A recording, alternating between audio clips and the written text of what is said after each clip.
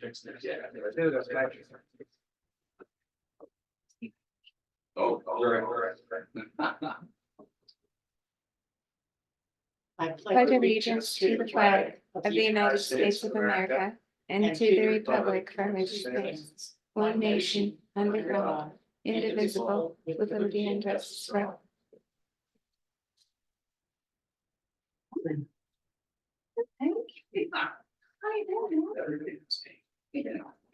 Good morning, it's Tuesday, January 23rd, 2024, and we will call to order our Granite County Board of Health.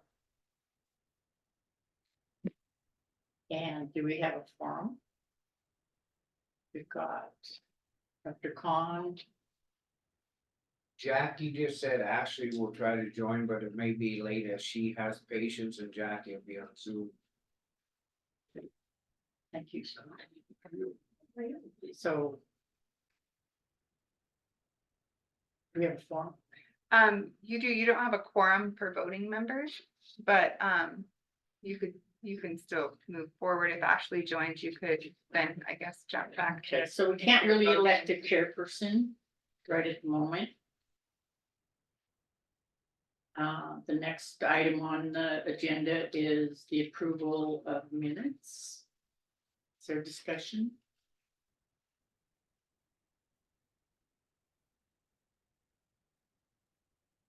Your Make a motion, motion to accept the. You'll have to, you don't have a quorum yet, so you'll have to hold off on that too, since you don't. I mean, you have to have one because we have one. They're not voting members. They just answer to the Board of Health. So voting members, it's just the three commissioners and Ashley. Just table the minutes until we can have a form, the rest we do not. After I got put the two things on for next week to vote on. so let's see, I guess we'll just go on to reports. Our first item is with the Granite County Sanitarium, Chad Lannis. Yeah, and it's gonna be kind of informal because being the end of the year, Paul is actually going through and looking at how many septic permits we issued last year and, we're kind of parsing those numbers for that, for the number of, licensed establishment inspections and then the number of plan reviews, because that was our new thing was plan reviews and collected plan review fees, but that plan review, document that we got in place has been great. It's been very helpful because as soon as people contact us, Mark gets them a plan review. It does bring in a little bit of revenue, you know, it's $100 a plan review, but we've had a lot more food businesses and, you know, this is working much better with them following that process with us getting a plan before they start getting too carried away, doing a lot of construction, so. But yeah, and it just keeps coming. You know, and the development stuff, I was doing site evaluations right up until 2 weeks ago when it got 20, 30 below, so. You know, there's still people working on septic systems. They're doing some work out at the Ranch at Rock Creek right now for their laundry, because their laundry system failed this last summer. And they finally got the engineering work done with it, and I'm working with the contractor, and they may still be able to get that thing in this winter, so, which is just kind of wild, but I guess we're at the whim of the weather, whatever the weather's gonna do for us, but. Yeah, just it's business as usual, and I'll get a little more detail as far as the actual activity last year by the next meeting. So we're able to kind of pull those numbers out, but I will say that the septic, the permits issued have pretty much consistent all the last 3 years. It didn't seem to move much last year, as far as slowing down. I'm anticipating now maybe this year might finally slow down a little bit due to, you know, a lot of factors. But, yeah, we had a heck of a lot of development still going on last year, so, and yeah, and like I said, the food stuff, especially mobiles, we had another big spurt of people wanting to do coffee shacks and mobile food trailers and all kinds of stuff like that. So, One in Drummound Coffee Shop. yeah, yeah, she does a great job. So, yeah, it's funny, we've got a lot of them around, so. You know, and those are always things that they go in spurts, and then we go, well, gosh, how many can the place sustain? You know, how many are we gonna be able to license? But they seem to They come and go a little bit, but they seem to still be pretty good. Hey, man, delivery. Oh, yeah, That's pretty cool. I know, yeah. They'll bring it to your house. yeah, well, that's what people expect now. I think it's pretty awesome. Yeah. It was really good. Yep. Yeah, so that's exciting, but yeah, it's pretty much just been our business as usual, but I'll get some more detail. If you want, and, yeah, working on a couple of complaint things still. We'll follow through with those by next meeting too. Thank you, Chad. You betcha, thank you, Short and sweet. exactly. I like it though, yeah. Okay, next on the agenda is the Granite County Public Health Report with Lauren Bolton. Sure. How are you guys doing this morning? How are you? Good. I'll be short and Can sweet. you sit over here, please? Oh. I can kind of hear you better. Don't Yeah. forget you. Yeah, look at me when I'm talking. So I'll be short and sweet too, so we have time for Todd. So last quarter we had flu shot season included in that, and so that was a pretty busy time between both Anaconda and Granite County. I think Deb was over here. I think they held 11 or 12 out in the community clinics. And I think Jackie can correct me, but we did a little bit more than last year, so that's good, always increasing those rates. I know that they are seeing 1 or 2, sometimes even 3 WIC families a month, which is really great. And then as far as tobacco goes, I think Debbie had been talking with you a little bit about distance rule for businesses. And that's just something that through the tobacco program that they just want everybody to know that it's possible to do through your So community. talking with Scott. Yeah, when he pops Okay, in so you and, need to. yeah. We're on Zoom. Yeah, so she had just had a couple of conversations about what a distance rule could look like. So what I was going to say is if you are interested in exploring that a little bit more, we can happily talk to, that would be a commission thing, actually, I'm pretty sure, Yeah, so. should be something in, we should have something on it at these businesses, and that's what she brought up, and I Yeah. said, we put a vote on it, a few years ago, that there was certain distance you had to be away from. So people can walk in and not walking through your smoke. Yeah. Or not your, So that's- if that's something you all wanted to explore, and I was gonna bring it last week, we said, see like it here. then we can always assist with that. That's. So right now, you're saying there's no distance. There isn't a, required, no, And there, they could stand right outside the door and. so in, Powell County and Anaconda Deer Lodge County, I think it's a 30-foot distance rule that the counties have implemented. For no smoking within 30 feet of a licensed establishment. So you're looking at the local pubs What, remember, I don't, would be kind of weird, but talking before when this was brought up, when Amanda brought it up, it was like, there's certain places they could actually go, like out in the alley, where most of these places have back doors, and then they're not right on the main street, and then like we talked about here, they do it down here, because they were doing here.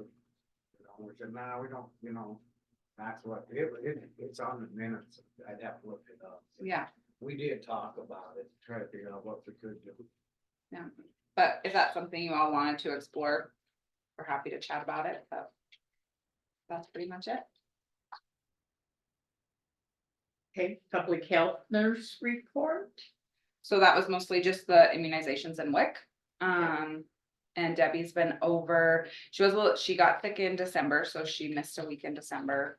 She worked from home, but has been coming over Mondays, every Monday aside from the third week to Drummond, the Drummond office, and then on the third Wednesday of the month, she's been here in Phillipsburg.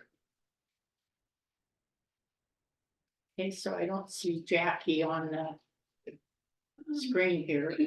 I think she's Granite Health. Why? Good morning. Okay, good morning, Jackie. So, how are you?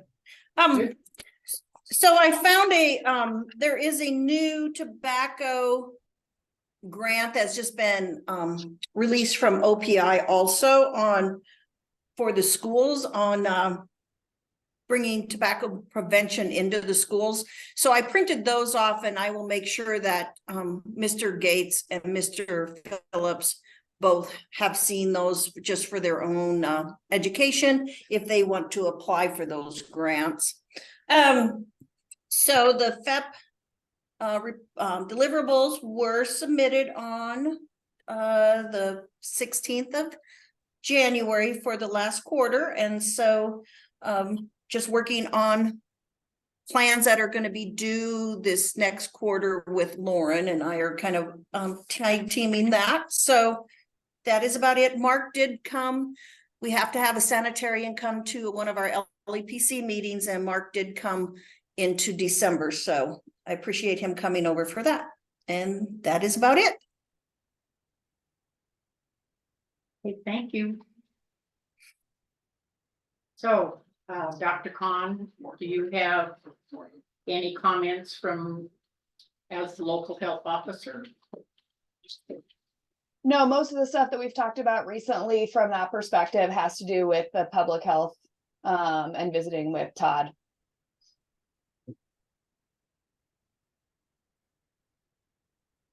Can you hear me? Yeah, we just lost you, but you're back now. Okay.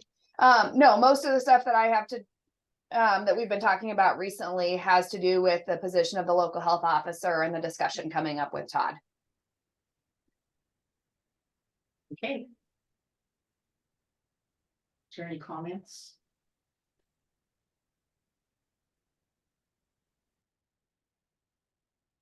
So now, a discussion with, is it Todd, are you gonna, the DPHHS Yeah. about public health services? I don't know, Laura, if you wanted to lay the groundwork here or? Yeah. Just jump in?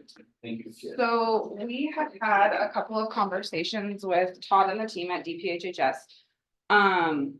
About the transition of you all hiring a public health nurse for Granite County. And so there were a couple things, there's a lot of things that Todd can actually cover, and so you guys can just kind of let him know what you want to talk about today. It's been great working with him, and I know that you're available to cover anything else that we don't cover today. But there are some things about the powers and duties of the Board of Health, powers and duties of health officer, and then also pretty much starting and figuring out funding and process of getting somebody hired. And so I think that's what we're gonna start with today, and then if we had time, go over some of the Board of Health, health officer stuff with the health department, but. Yeah. I can just dive in. So, I'm Todd Harwell, I'm the administrator for the Public Health and Safety Division within DPHHS. So we have pretty much all the public health programs and 2 laboratories, the public health lab and environmental lab. The only thing we don't have, it's in another division, it's the maternal and child health program. So that's the home visiting, WIC program, those kind of things. It's in another division. So, I guess, thanks for inviting me over here. Appreciate it. And Carrie's in Missoula, so she couldn't come today. So she's ordering something else. But from my understanding, we came over in December-ish up Yeah. to Drummond and met with Lauren and Jackie. Philly was there. And one was, we just want to make sure, my understanding of like the transition is Anaconda's going to be pulling out of some of the public health things. The big things are communicable disease prevention and control. So like the epidemiology case investigations for communicable diseases, and then immunization too. So a couple things I just want to make you guys aware of, and just wanted to discuss with you kind of next steps if you want to go. It's likely we should have funding available later this spring, probably to support a full-time FTE here for Granite County for public health. My guess would be that person probably would be like the lead local public health person, liaison with our division for the day-to-day work. They could be a public health nurse or kind of whatever you guys think fits for the needs for community disease control work and immunizations. So we'll know more where we're at with our funding in March and April, but hopefully we will have funding available. And then we could do just, I think what you already have a task order with you guys for, emergency preparedness for Jackie. We could put together a task order with the deliverables and those kind of things and get that, in place, hopefully before July 1st, which is, I think, the date for the transition. And then you guys could work on, doing outreach to hire and fill that position. No, and I guess the other thing we can offer too, for sure, is, we've got a full team of staff back in Helena. They can provide training for that person, get them up to speed on doing case investigations for communicable disease. You guys are already a VFC clinic, vaccines for children. But we've got staff on both of those ends that can help the person get up to speed so they can get the transition going. Be ready to roll. And we can do that whenever you get the person hired. I don't think of anything else. I guess the other thing might be, once that person's hired, so it'll be basically that person potentially and Jackie, right? That's the staff. Yes. Okay. If you guys like, we could come back over when you fill that, sounds like you have a vacant Board of Health position too, and we could come back over and do a Board of Health training for the board as well as the new staff. We kind of go through, I can do a little piece today if you want, but I think the bigger, seems for me, the bigger priorities, kind of the next steps for staffing the county, to make sure you've got people power. Okay, so you mentioned liaison to you. What do you mean by that? What? by So. liaison. Yeah, we have, so like in statute, there's, in one of the statutes. The counties and tribes designate like a lead public health official, so Lauren's the lead for Anaconda. And so she's like my counterpart in the field. And so any communication I do to push out to the counties or tribes about public health issues, I'll go to that person and make sure that they get the communication. So it's really the day-to-day work and, whatever comes up, we have a one-on-one relationship. And funding, what kind of funding are you talking about? So the funding, we got a new large grant a year and a half ago from Centers for Disease Control Prevention. And one big hunk of that is all for workforce. So we have task orders now for about 40 counties and tribes for funding an FTE. It was mainly post-COVID to help us keep some of that infrastructure that we built during COVID. So it would be that funding, and then we would put together a task order with the county to do that. So that funding is in the form of a grant, so would Granite County have to apply for it and receive it before we go forward? Because we're gonna go forward on the Yep. health nurse. Yep. So all you really have to do is, we haven't worked out the details on that, but we'll make it as simple as possible, but basically. We'll ask you to just put together like a one-page overview of what the position's duties would be, their day-to-day roles, what their salary and benefits would be. Potentially, I think we can provide a little funding for equipment and supplies to be an overview of that. Yeah. So we would provide like a job description, is that what you're That would work. pretty much for our county health nurse? Yeah. Okay, And then you've seen our task orders before, they're pretty straightforward. and We want to try to get, my goal is if we have the funding before July 1st, as soon as we can get the Right. task order together, get it to you so we can get started. And we can also help a little bit too with marketing position to shoot out a note to all the counties so they know there's a position available here. If anybody wants to kind of work this way, or you might have somebody already. okay. Great. So what you're saying is that we need to get on it. We need to like make a decision that we're going to, I don't think we officially decided. Did we officially decide that we're gonna go with county health nurse versus? We did, we made that. Okay, so now what we need to do is just get it out there. And pull in applicants. I mean, finalize your job description, so that I think it's closed, isn't it? Yeah, I have penciled in a work session on your the upcoming agenda. I figured after this session that you guys might want to take time to This is find. what we was waiting for, is when he showed up, so we had a little more idea how to put it out, how to, how to hire somebody, kind of know what to do.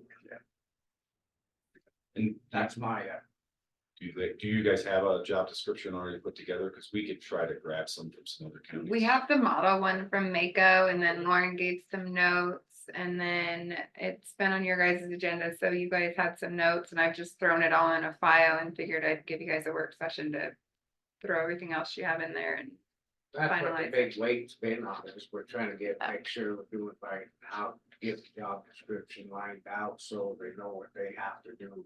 So that The last time we put it out as part-time, didn't get hardly any applicants, but yeah, it's full-time now. right? Absolutely Yeah, full-time. Can't, no, we're not gonna get anybody. Yeah, That's, yeah, we all agree. We already discussed that. I mean, it was. We tried that and it didn't work. It just, you couldn't. it just didn't- One other thing I'll just throw out there, knowing, you know, there's a lot of, you know, trying to get nurses, public health nurses or just nurses in general, a lot of competition now. Across the state and a lot of demand, so we can give you ballparks of what we're seeing in terms of entry level salaries across the state. That's it. Okay, so one question. We want an RN most assuredly. If they don't have the qualifications, the department, that's where you would step in and say, okay, we've got this training. Yep. That this person would be capable of taking. And it would be kind of, I would say, on the job type training. Yes. Where they would go to these meetings and stuff. And so we've got possibly maybe local people that are RNs that travel out of the community to work. So I really do think that if they understood that they could come in and they're still gonna get the training that they need to be able to fill the requirements.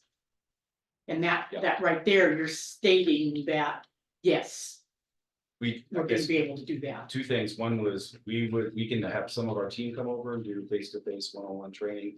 Get them set up on our infectious disease computer system, get them logged in and all that good stuff. And I'm sure you guys will provide TA to, you know, day-to-day support. Many nurses who come into public health, sometimes it's like the first time they're moving into that field. So there's obviously a learning curve. Yeah, Ashley's on now, so we are. Cool.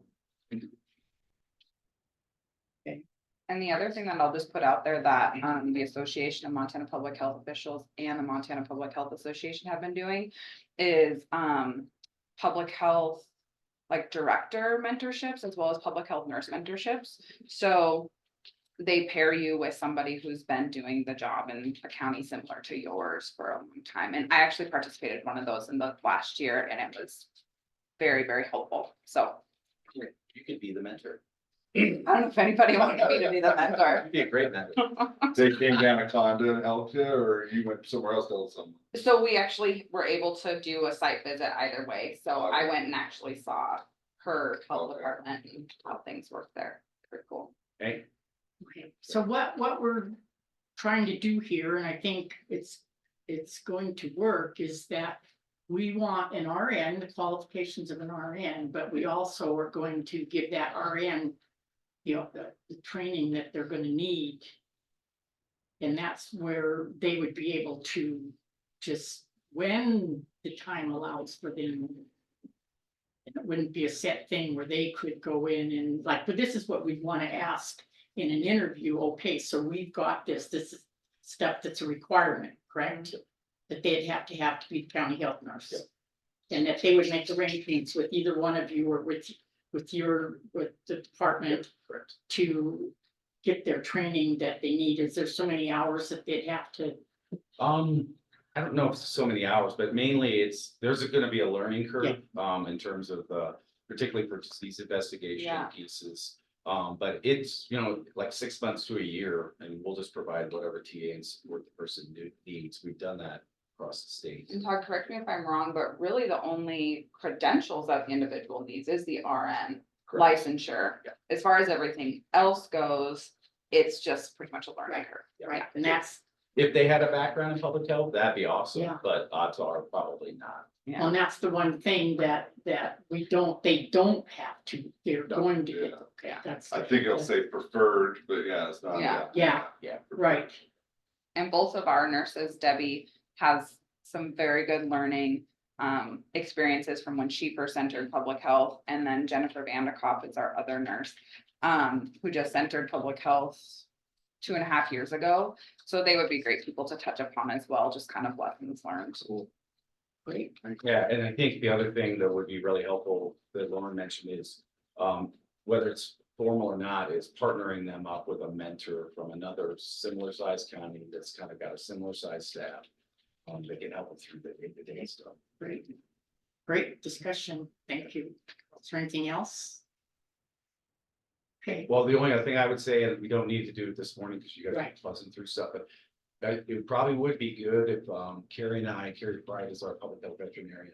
We could come back later in the summer, once you get the first Okay. hire, do a board of health training for the whole. Great. board. I think Yes. I think it'd be awesome, and that way we'll get on, at least get started the right way and the same page. And We'll work with you guys to figure that out. It's a very informative training.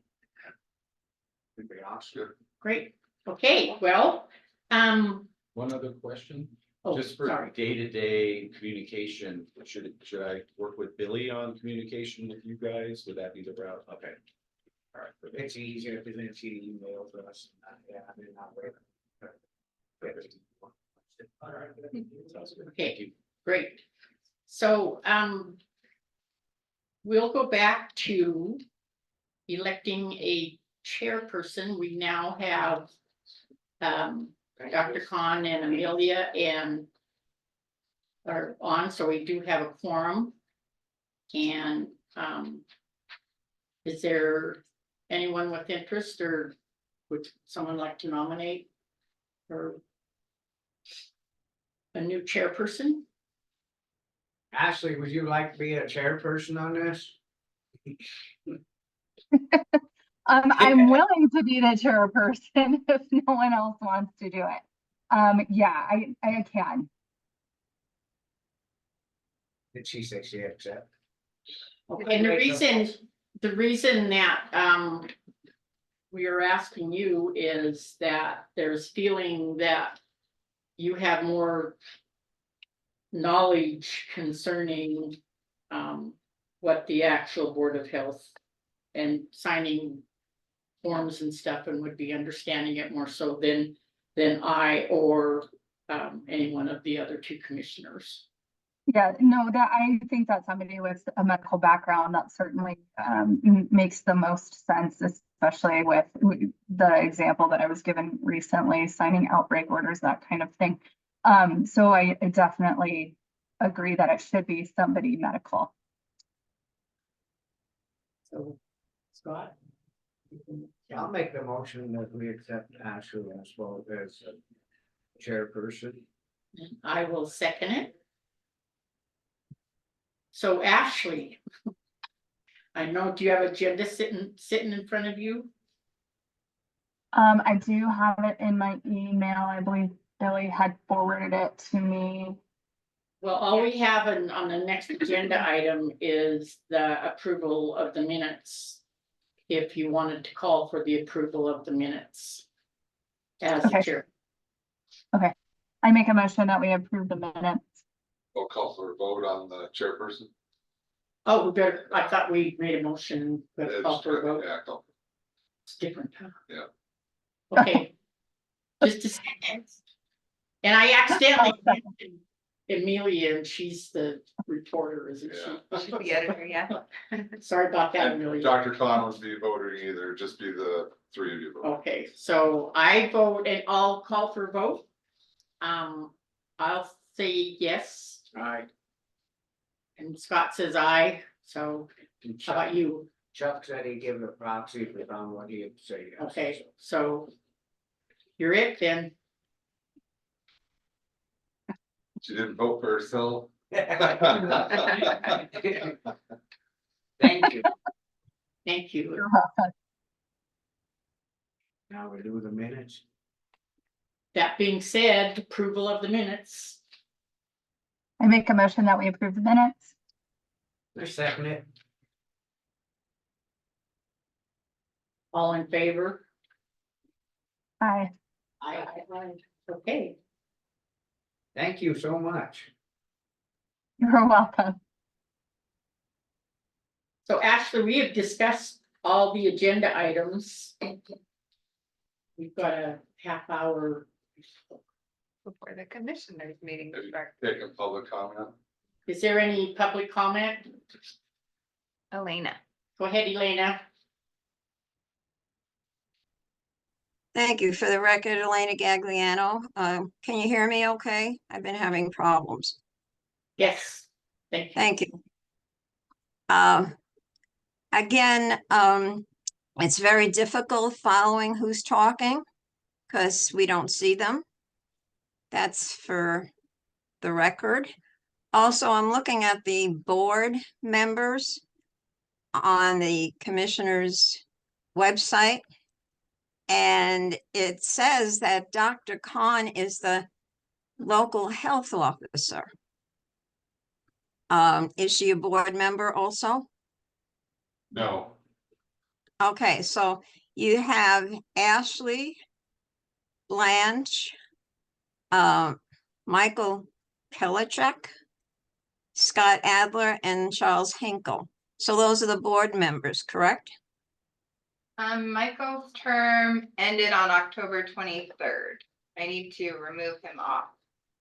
Okay, so you don't have any replacement for that one? Correct. Oh, I guess that has been noticed in the newspaper. It has been a couple of times and we haven't had any interest. Okay. The other thing is on the agenda. Oh, one other thing in the documents online, it says public health training. I looked at it, was an excellent PowerPoint presentation. Is that going to be for the next meeting in April, I believe? So we decided that of talking with the Department of Public Health, that we would do it later on in the summer when we had a new RN that would be the county health nurse. That was decided. The training? Yes. Okay, I see that. Okay, and on the agenda, there's nothing on it for public comment. Just a point of reference on the agenda. And it has discussion with DPHHS about public health services. And I think maybe just a suggestion, the person who was presenting that, the name should have been there, because again, it's hard to follow. And so I think that's about all I'd like to comment. Thank you. Thank you, Elena.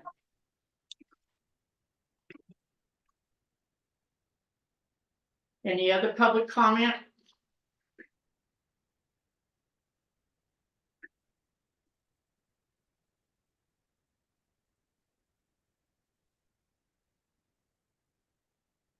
Ashley, would you like to call for a motion for a projected adjournment? Being you're the new chairperson. I would make a motion to adjourn. Second it. Okay, all in favor?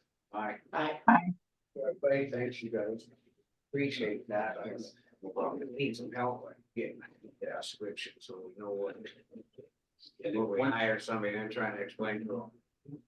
Yeah, and whenever you guys have a draft, if you want to share it with us, and you can provide your feedback to, would be glad to.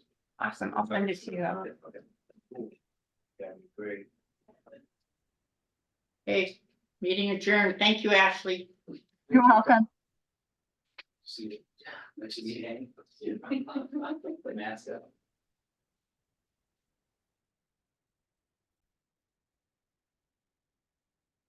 Okay, after our short recess, we're back in session, and I just want to explain that on our website,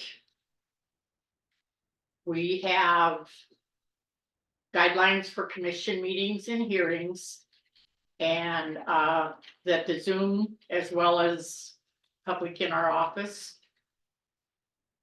to adhere to those meetings. And one of the items is each speaker has 3 minutes. So when I call on your name, I'm going to turn over my timer and you have 3 minutes to make your public comment.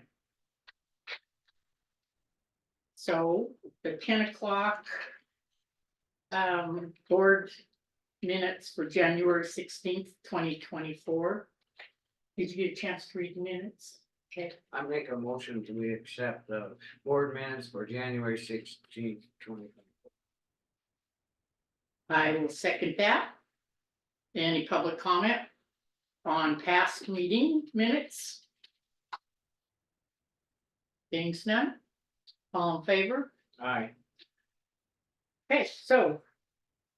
Correspondence. Our first correspondence is from Jackie Bolster. And it's an email.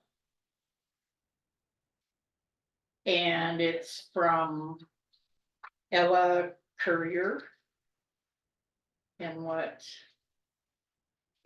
Ella is stating is that it's scheduled an open house for February 20th. Based on responses to the doodle poll. She chatted with Adriana Beck from Missoula County. And this is mentioned emergency notifications from the county. So this is basically information from Jackie on Training or? training. Yeah. On the Rock Creek Bridge. It's on that bridge that down there they're talking about, you know, could wash out and all that.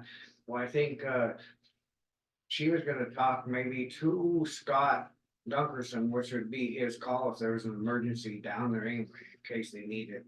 So there's a little training that he could go to. So when they get this figured out, if something happened where they could go or what to do, but I think it'd be more for February 20th. Or Scott Dunkerson, because he'd be the first one to call.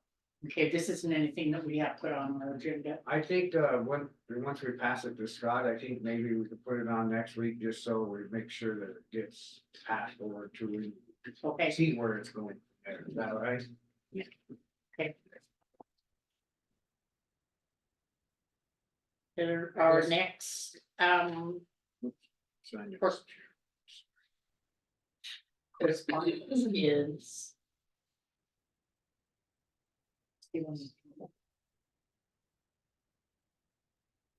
Is from, DEQ, let's see, no, the. Commissioners, the next SWAC meeting is this Thursday, January 25th, 2024, from 1:30 to 3 p.m. And if you're, it's a DEQ, at the DEQ Metcalf building. And it is a solid waste.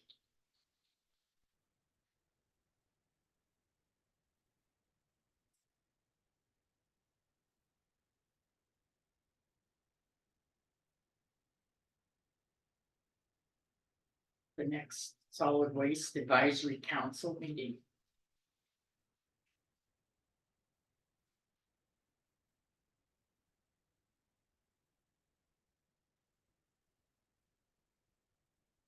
You have a comment on that?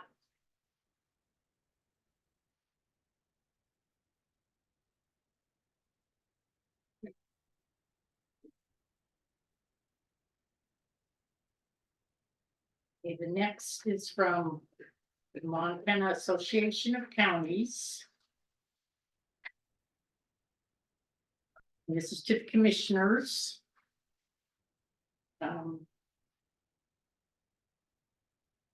They're preparing the final renewal rates for member groups. And this is letting us know the Mako Healthcare Trust impact the overall stability of the entire pool, potentially requiring an adjustment. Do you think it's going up? They want to commit it to commit the initial 3 years of participation in the trust. Or I think it's now, do we do it every year? After the initial commitment, a member group that wishes to withdraw from the trust as of June 30th must send written notice to Mako no later than March 1st, 2024. Okay, so But they'll what be coming to now? meet with you, They're it sounds gonna, like. yeah, Yeah, Pam will be here next week. I think she just wanted to kind of have an initial conversation before she brings renewal rates. Is it on the health insurance or all? this is Maple Healthcare Oh, Trust. the healthcare trust. And what they want is a commitment for at least 3 years of participation in the trust. I can kind of understand, Yeah, for, Yeah. they're making plans. yeah.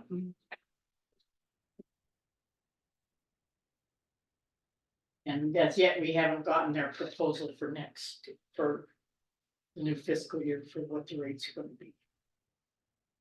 So, Cause the loss of that one member group, there's probably throw our rates up if they were paying something, right? why they're doing it for the 3 years? No, that, when they say the loss of a member group in the Mako ECT main back. So the county's out, one of the counties out. Counties found something else and then now, but that, they'll pick up their loss and won't pay. Right? Yeah, well, there's Alright, you- less people in it, and so there's. They're wanting costs more are of a gonna go up. commitment. One of the things they talked about last time they came is, yeah, some of these other groups offer like an incentive to come over and then they raise it up, Yeah. so it's not Yeah. really a savings. And Granite County has had that happen to them in the Yeah. past. Yeah.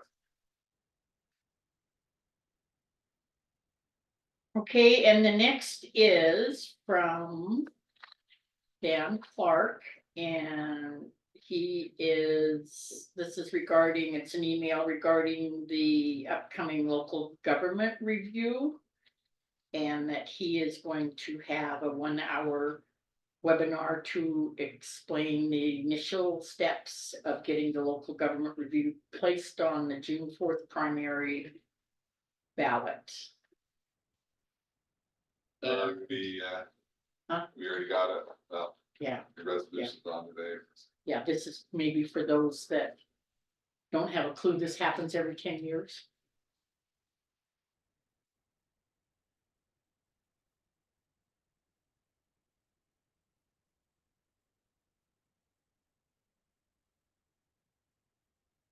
Okay, this one is the response from you to Mr. Fitzpatrick on the Drummond Bridge. Did you get a chance to read that? I think, is this something that we're gonna have to be putting on the?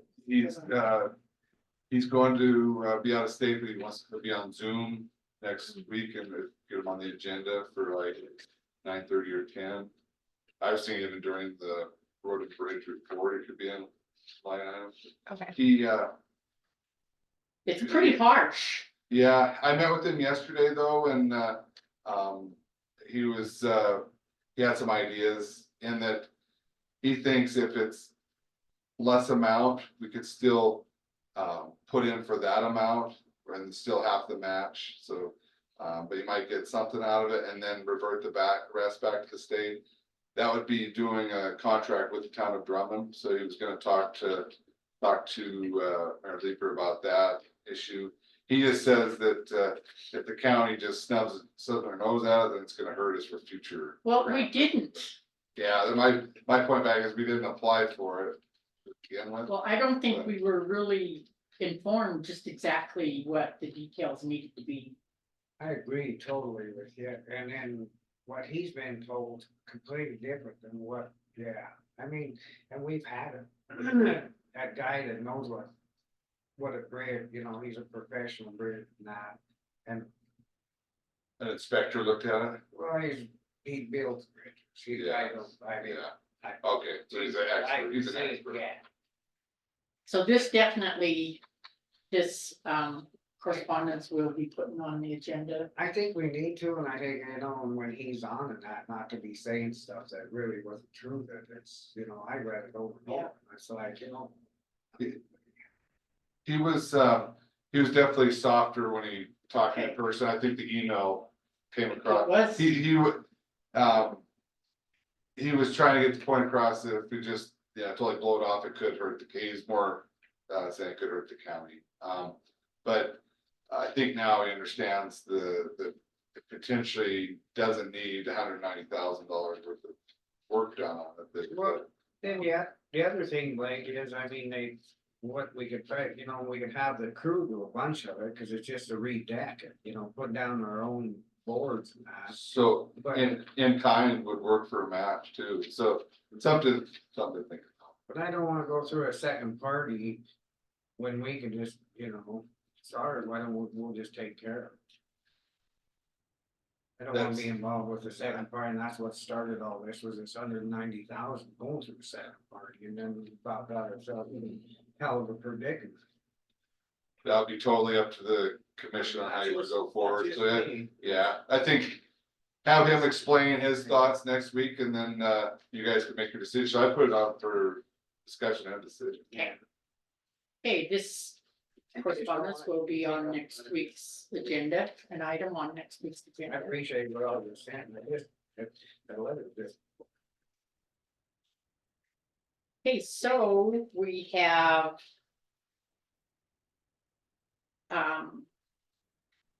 Our next is an email from the Bureau of Land Management. National efforts to promote renewable energy in support of the administration's goal of a carbon-free power sector by 2035.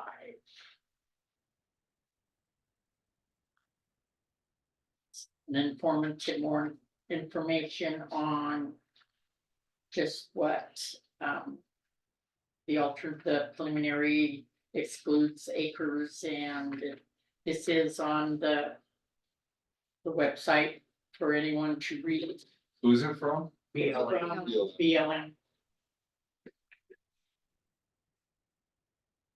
Kind of is. How they think it's gonna be carbon free is Well, Just you're looking the at the fantasy map, land. and it has, when you look at the map of Granite County, I don't know, those little red things, I guess that's the areas that. And Granite County has maybe 2 or 3 little specks in there that, are, if you wanted to. Solar panels on your roof.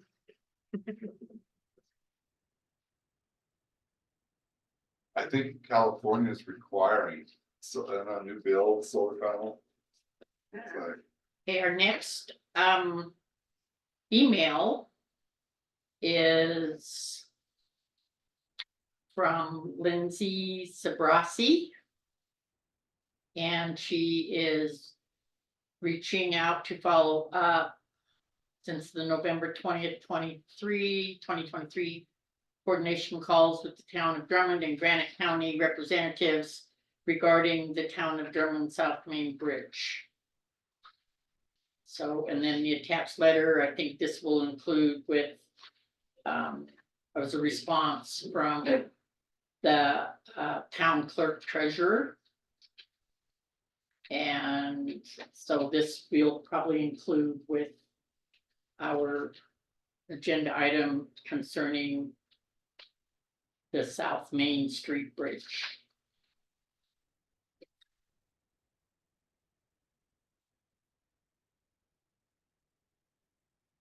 This is Lindsay is from the Montana Department of Commerce.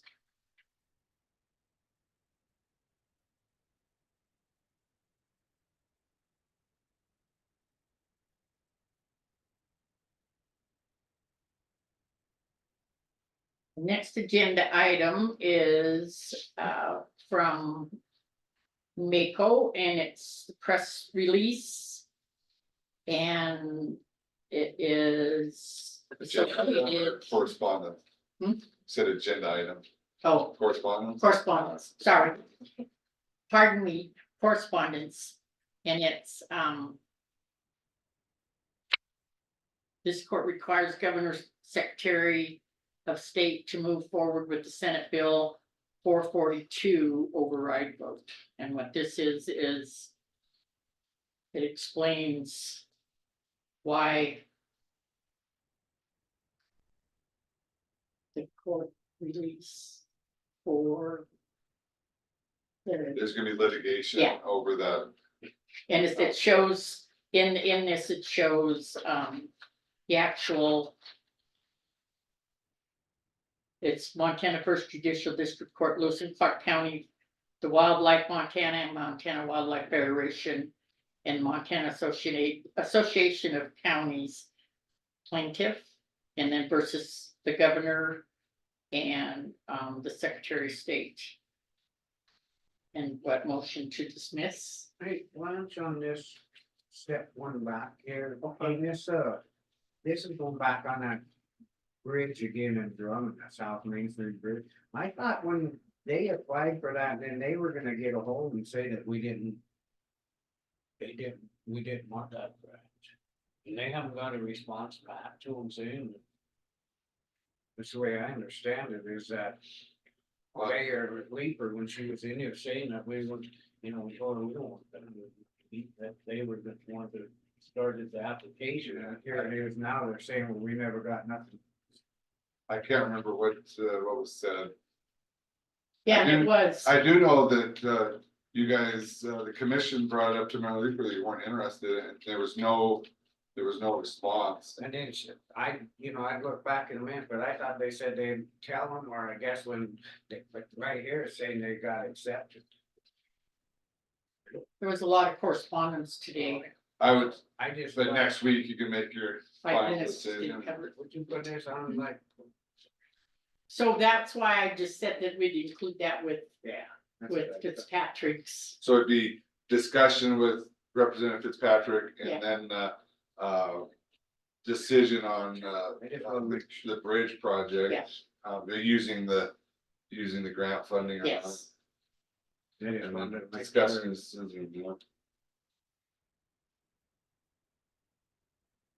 okay, this is Makel's press release response for,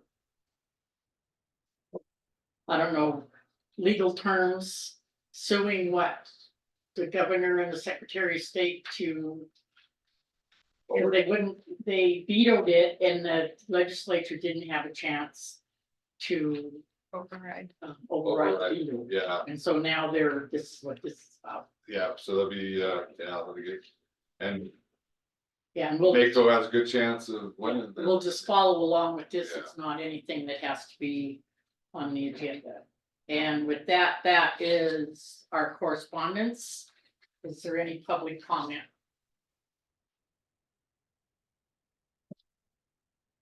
On correspondence? Being none, our next agenda item is public comment on matters within the commissioner's jurisdiction. And I want to remind you that any public comment, we will adhere to the rules. And we are going to enact the 3-minute rule of you may speak for 3 minutes on your public comment. So is there any public comment on matters within the commissioner's jurisdiction?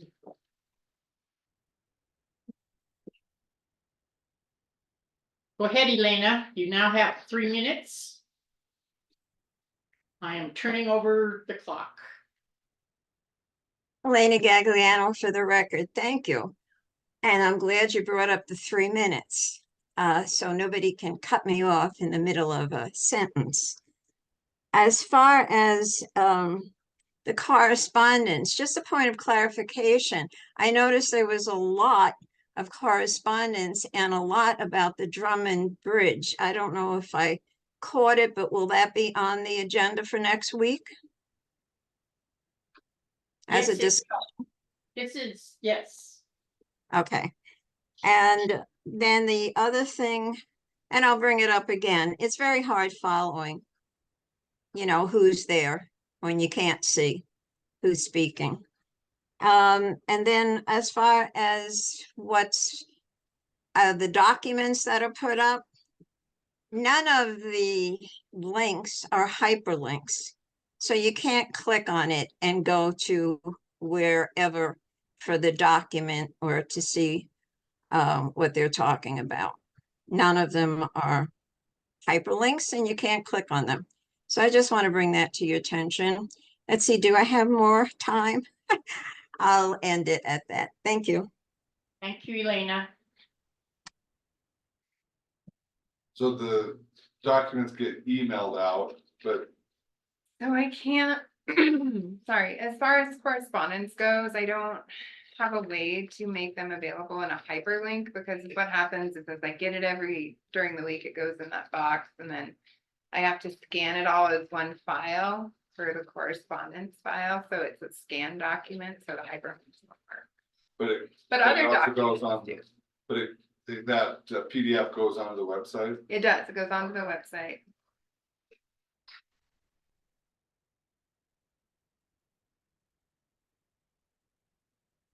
But yeah, if it's scanned, I can't, the hyperlink dies, but if it's a transitioned to a PDF, the hyperlink lives.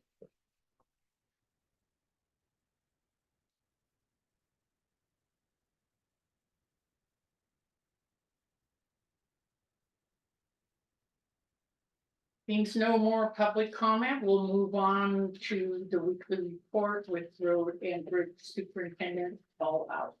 Well, we're just, hello, good morning. We're just throwing a little bit of sand now, we got some ice, but other than that, everything's in pretty good shape as far as the roads go. Got an email back from Brad Linderman on the Weir project. His boss has the stuff and he's hoping that maybe we hear something by the end of the week with that, so yeah, I'm sure it'll be next week. And then as soon as we get the go ahead, we'll continue on to that project. And really nothing new on the dump, haven't heard anything on the scales yet. Everything's just flowing. A lot of questions, a lot of people call, wanting to know about the garbage deal still, but I think it's slowing down. I think it's, yeah, I was just gonna say, I think it's actually, they're starting to understand what really went on. But I still get calls through. But, You're just pricing out the scales, is that what you're doing? well, kind of waiting for the recommendation first from Rocky Mountain, and then we need to get a couple of contractors, maybe one, maybe whatever we can get, and get some kind of a price on that, what it's gonna cost. But, I mean, I think we need to keep going on that pretty hard, because it's gonna cost quite a bit of money, I'm sure. So right now, they just have to reset things, so it's maybe just a little more redundancy on their part for Yes, to weigh each vehicle and then clear it and then weigh it and then clear it, correct? Yeah. That's just Yes, Drummond sir. site. Is the Yeah. site here okay? So, yeah. Yeah, just the Drummond side, but like I say, they won't certify when the state comes, so we have to do something. So gonna be over 80, has to go out to bids, is it probably likely gonna be over 80? I'm sure it probably will be, yeah. I mean, if we can get a couple interested people, I think we put it to bid no matter what it costs. Yeah, Just to. Like we do everything else. Okay, so this right here is something that we'll have to look at during budget time, because we might have to do an interfund loan, possibly. I don't think we want to raise fees no, for that. We could, yeah. you can do an interfund loan, like, for example, we could borrow money from Pilt to get this fixed, and then you would make payments back. Yeah, if we got any. With any luck at all, we'll have everything ironed out with solid pricing before budget. You know. But once we do get that figured out, just whatever it's gonna cost. We need to get them scheduled in at their time, when if they say, hey, we can do this the first Yeah. of June, Yes, we're just gonna have to do. yes, and we would definitely budget for it, and Yeah. Yeah. Just figure it, I guess, you know. so one thing that Scott mentioned last week from the solid waste clerk is that he's got like 58,000 in over, Over just, overages. I mean, that, you can see that has not been collected. And he was gonna do a letter telling them about Yeah. the opportunity to have to buy units. Yeah, to they, get a better rate. so they're, I think you probably have to go through a process, the letter, and then it's gonna be on their tax bill. That, Well, the 58,000 wasn't delinquent though, was it? No, it was the potential, it's the amount in overages looking at it right now, but a lot of those people might buy extra units once they see that. So, And there was The more, potential. there are people that are delinquent and but it's not that. working with Vicky and then the new treasurer to make sure those get on the taxes. Yeah. And, the overages that they haven't paid. the delinquent ones, yeah. so you're saying if we have overages, let's just use me for example. Just say, I get my garbage picked up, okay, and then we haul a bunch to the dump. And, I thought that had to be pay as you go, but if it's just gonna come into here and it's overage. Say I owe 1,800 pounds of stuff that we hauled in excess of Robinson. Are you saying I don't pay 20 cents a pound, I come in here and buy a unit? You can. Yeah, I think that's what we agreed on. Okay. We're trying to get this resolved. I think we're trying to give everybody a fair opportunity. Yeah. that We don't get hammered with that 20, and then that's why we tell them you'd be better off to come get another unit than. Yeah, I didn't understand that was gonna be a thing. for residents are allowed to to buy the unit, so they don't have to pay the 20. After the overages are already in effect. Yeah, if they wanna, if they, yeah. Yeah, I think within the fiscal. Well, I think that's the Yeah. only way you can be fair, because it's, we're just finding out everything on it too, so this way at least, we're giving everybody enough Yeah. time, well, I go buy that another unit, so I'm not paying that to be citizen. No, I think that's, I think. Good, I think it's good gonna be customer the- Then what service. happens? Sorry, that, okay, they have the opportunity to do that and they still don't do that. Do you Then throw it's the 20 overages. cents Yeah. at them and put it on their tax bill? No, not automatically on a tax bill, they get a Senate bill at the end of the year. And then when it's delinquent, after it's delinquent, then it would go on the tax bill. And that's why we were talking about doing it quarterly and that, so everybody, you keep up on, it so you don't get like Paul said that time, you get this very big at the end of the year, that's, it's not important, people can freak out. Well, it's just gonna push everything back for several months. I mean, you guys decided to bill every quarter. I think it needs to stay at that. I wouldn't wait for the whole year. Yeah. No, I think we agreed. And we talked about it, and But we we need. talked about it both ways. I thought last time it was said, the end of the fiscal, or end of the fiscal year. And then at the last meeting, they switched it Well, back okay, to quarterly. Well, actually, then we found out that he could actually do it with, when Vicky come in and told us that, yes, you can do that stuff, so that's when we were sitting here, you brought it up, and we said, no, we need to go. Otherwise, yeah, I wait till the end of the year, hell no. Just for an example, you say you wait till the end of the year. Well, the people that are renting a certain property, they could be moved out at a half year and then no one pays that. Yeah, no, I think we got it. It's taking a little bit to get lined out, but we're getting it. It's better. Collection's always gonna be hard if people don't actually have real property to put on the taxes, but we can still go out, still collect on. Still, a little hard. No, I think it's coming, but it's still, there's a lot of road going through, it's gonna, there's gonna be stuff with fast to change and move ahead. We figured it'd take a couple months.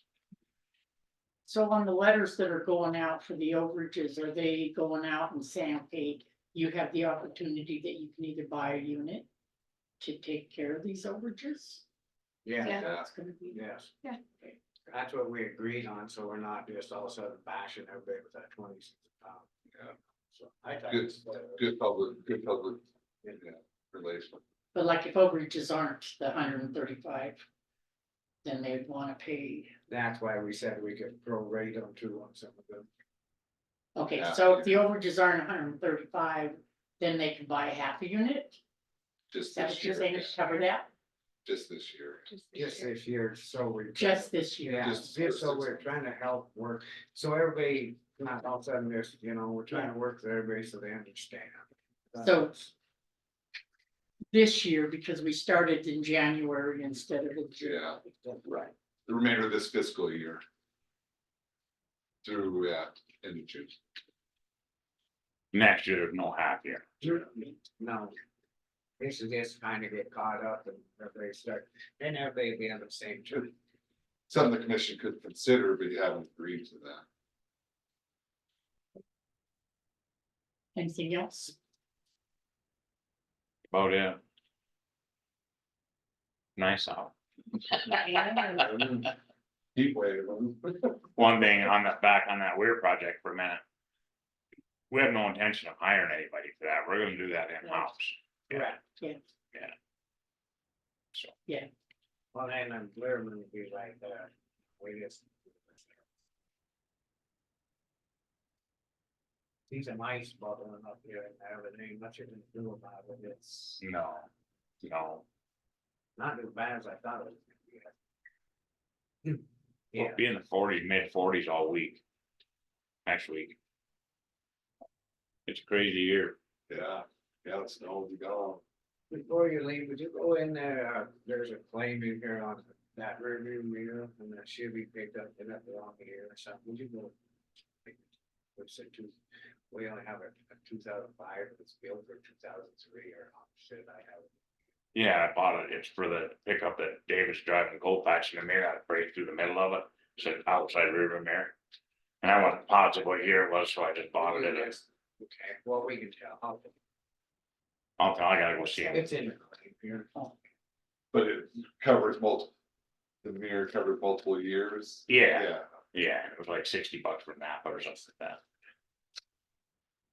Is there any public comment on Paul Alt's weekly report? Being none. Thank you, Paul. Okay, thank you. Yeah, it is. I will.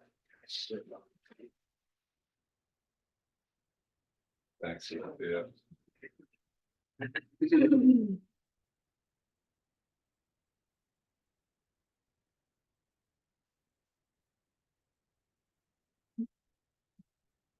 Right here, you can get marked up in the farm. Good. Yeah.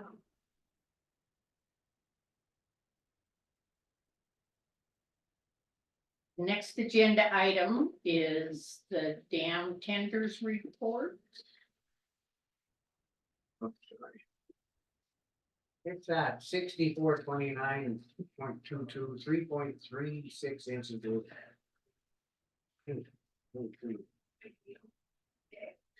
My recommendation would be to stay at 30.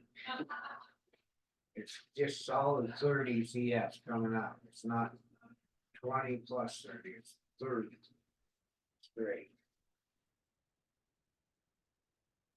Did you have any more discussion on that or? And I think I got them on, Okay. straight now, because they understood that we did not jump it to 50, it's just at 30.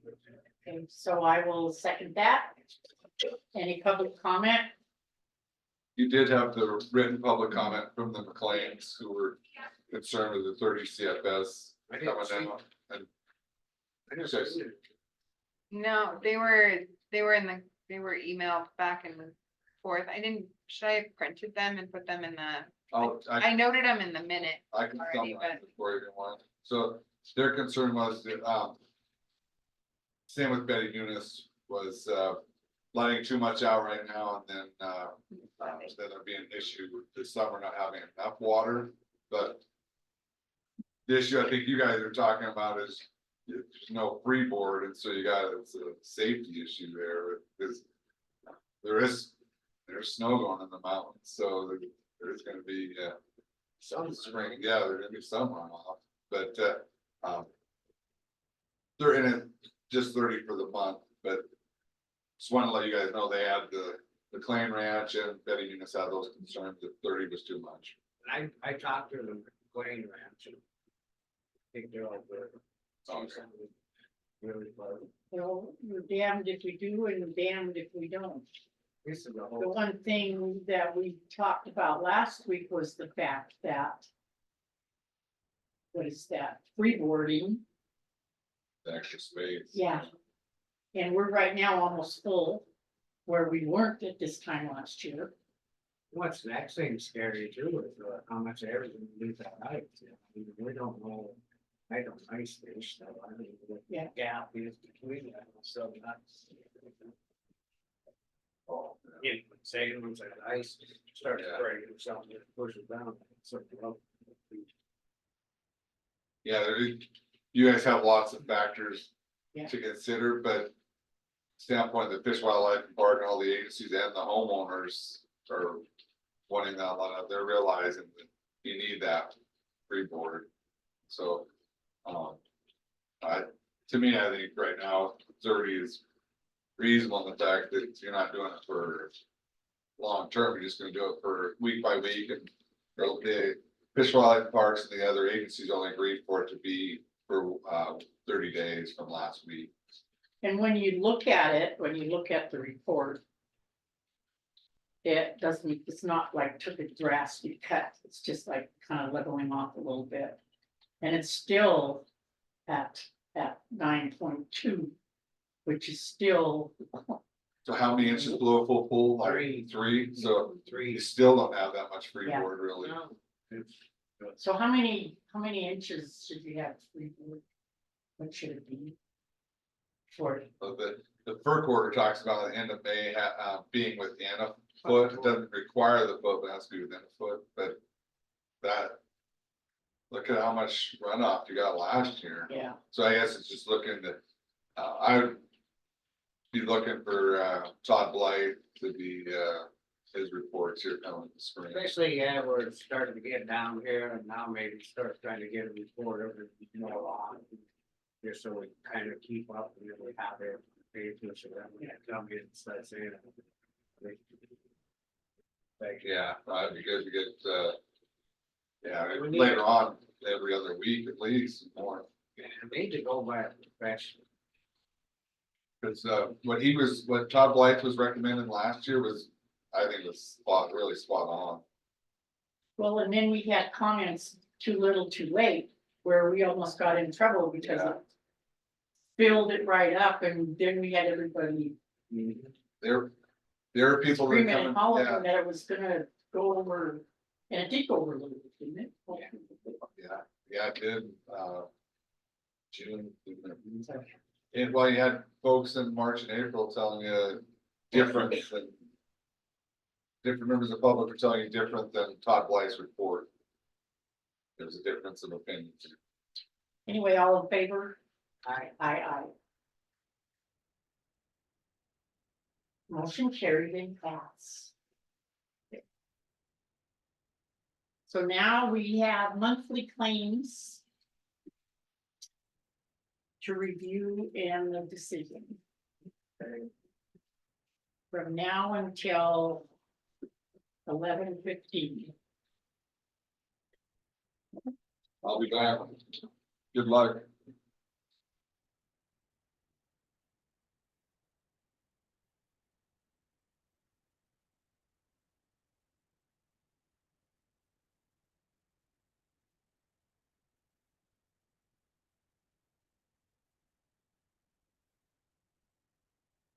to get in, I just don't have a question there, and then the beer thing's took care of. Well. I think no huts, huh? On the list. No, this is here, and then the jailhouse. There's some broken pipes, I guess I didn't know, I mean, I don't expect me to do the other thing, I didn't know. We hired him to do it.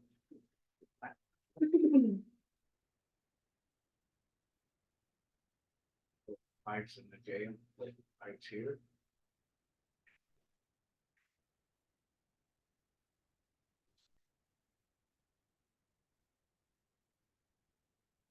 And have you ever heard anything on the little house in Hall, Billy? Clean the chimney or that? I no, I never heard anything on that. Huh? I never heard anything on Either.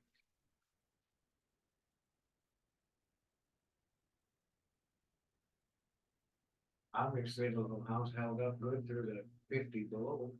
Yeah. She stopped in here the other day. She's so nice. There's some, they brought up in the thing about maybe trying to see if they could get a space down there for the ambulances. We don't have to. They're gonna be on your agenda in the coming weeks. There was a couple things they wanted to talk to you about. I guess We talking about? the ambulance people, Scott, called Paul and was talking about, maybe they could put the ambulance inside. We don't have no. I mean, we got In this one? no columns, they're right there, but they're in there working, you guys are working and stuff, and then they put that, like that cold pass, so you got back at it. We kind of need it for ourselves, because about time they're in there and we need it, and we'd have to have, it's just, we're not, I don't think that's good. Sorry. In the road shop? So I thought I'd bring that to your attention, but I didn't know they were coming. I haven't talked to them or nothing, but I just. It's just. Okay, so they did, you weren't here last week, but they did call and there was kind of a, they could smell sewer or something, so we did get a hold of the plumber and the plumber's gonna go in a plumber.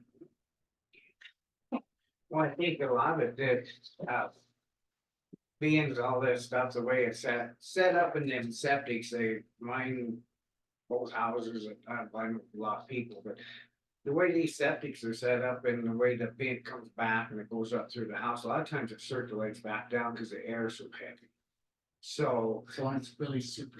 yeah, so then it's sitting there, and then when you go outside, you can smell it or vent in or something, but mine does it too. It sucks, but that's the only, unless you took a vent and ran it. Yeah, But you're still, the air is so heavy, it holds it. that's what I was, we thought it might be a venting problem, but. And then, and it could be coming off of the other one over at our shop, could come off there. They 'cause that- connected to the same. I read that. It's gonna call, Okay. say something. Um, Just don't wanna get in, and then we'll have to get ahold of Palmer again and see about him replacing that, if he's forgot or. Oh, yeah, I'll talk with him now. Yeah. Get where it's Electricians are getting hard to nicer get a now. hold of. He's so busy, but Electricians are hard to get. Electricians, oh, yeah. Yeah, I don't know, him or, he's so busy too, I just thought maybe Larry's kind of worked on that before. yeah, he was the one that was in there before. So I just tried to get him say this, while they're trying to get somebody else going in and study where he's already looked at.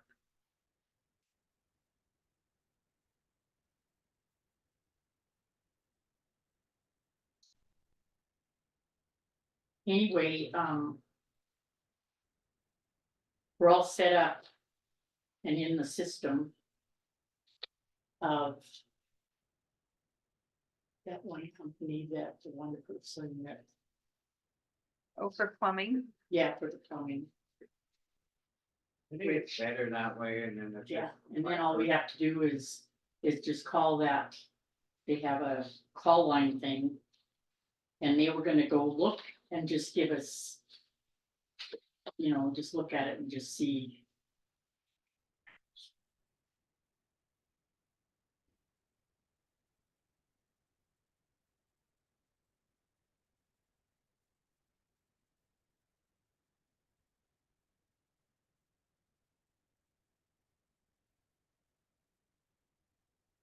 The other thing, they can plug that ambulance in, there's plug ins outside down there. there's, I haven't been any options that. If they had to run an extension cord out of the shop, that's fine too. Also, that would be, it actually go all and run an extension cord out if there wasn't. I don't know, I never talked to them, it was somebody with a told.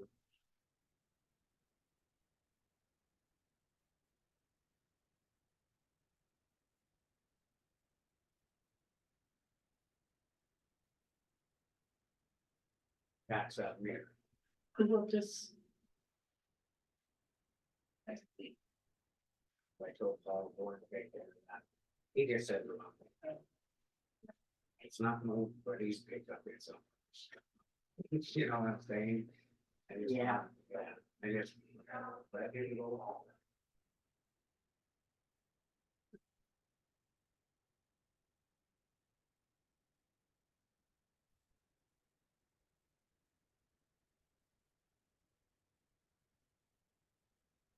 We're just doing this twice a month is, did you wanna make a motion? To approve? And I'll make the motion.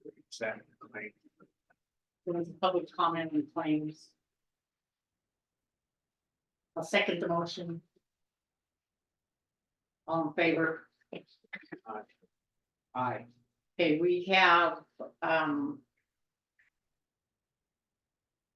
we'll short recess until 11:15 for the next board meeting, for the next agenda item. Hold on a moment.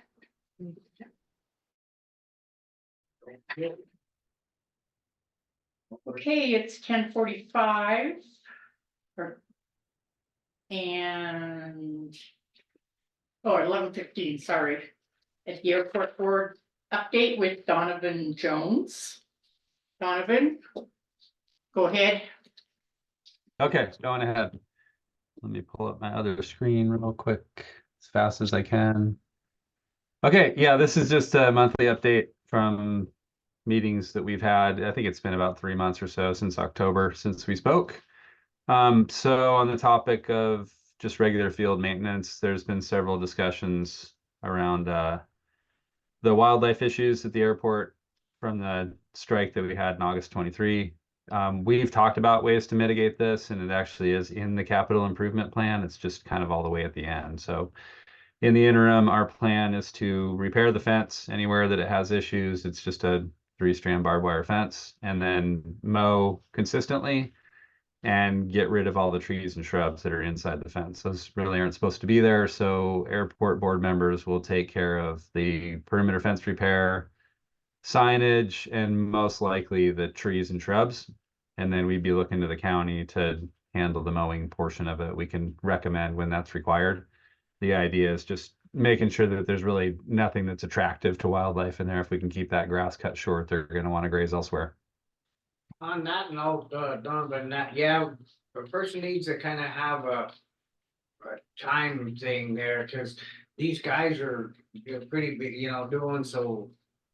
They can't just drop like one thing to run out and mow, so we're gonna have to try to figure out when you'll need it. We're gonna have to have a notice a little sooner.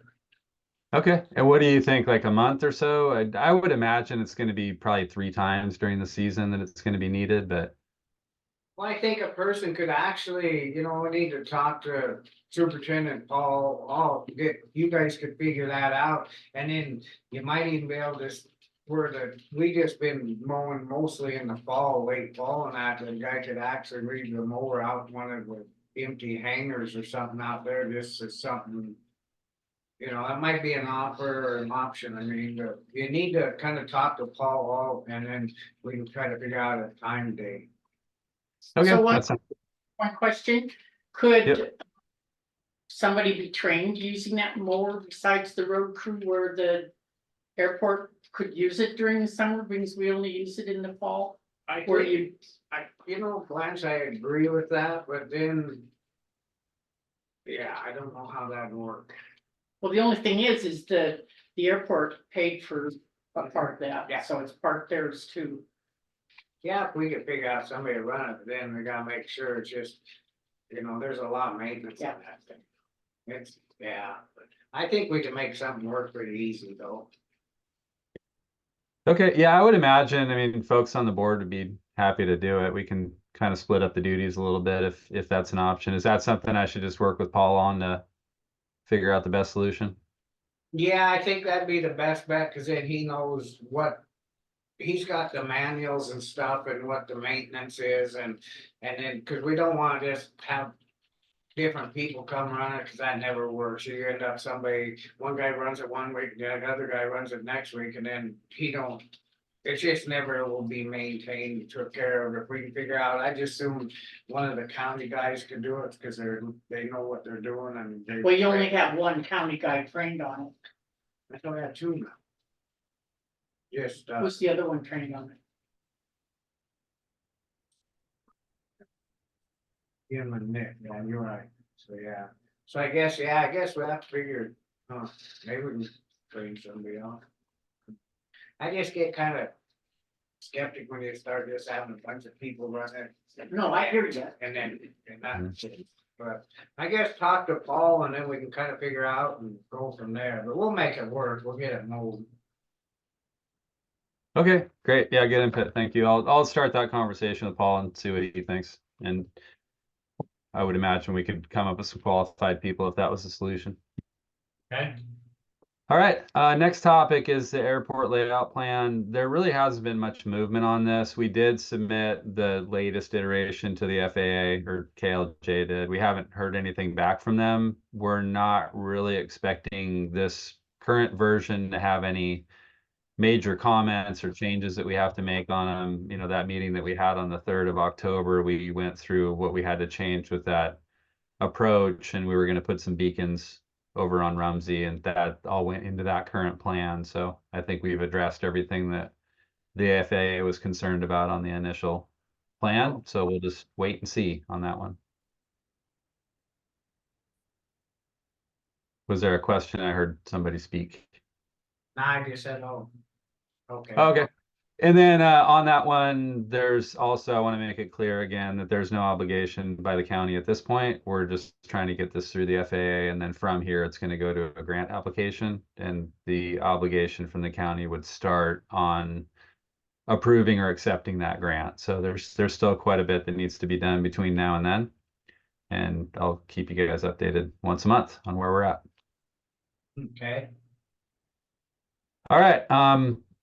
I was hoping to have more news on the airfield beacon replacement by this meeting. They met and discussed all the grants on 17 and 18 January. So last week, I haven't heard the response to that meeting. So I'm hoping that we're in there at some point to get some funds to replace that, but I don't know yet.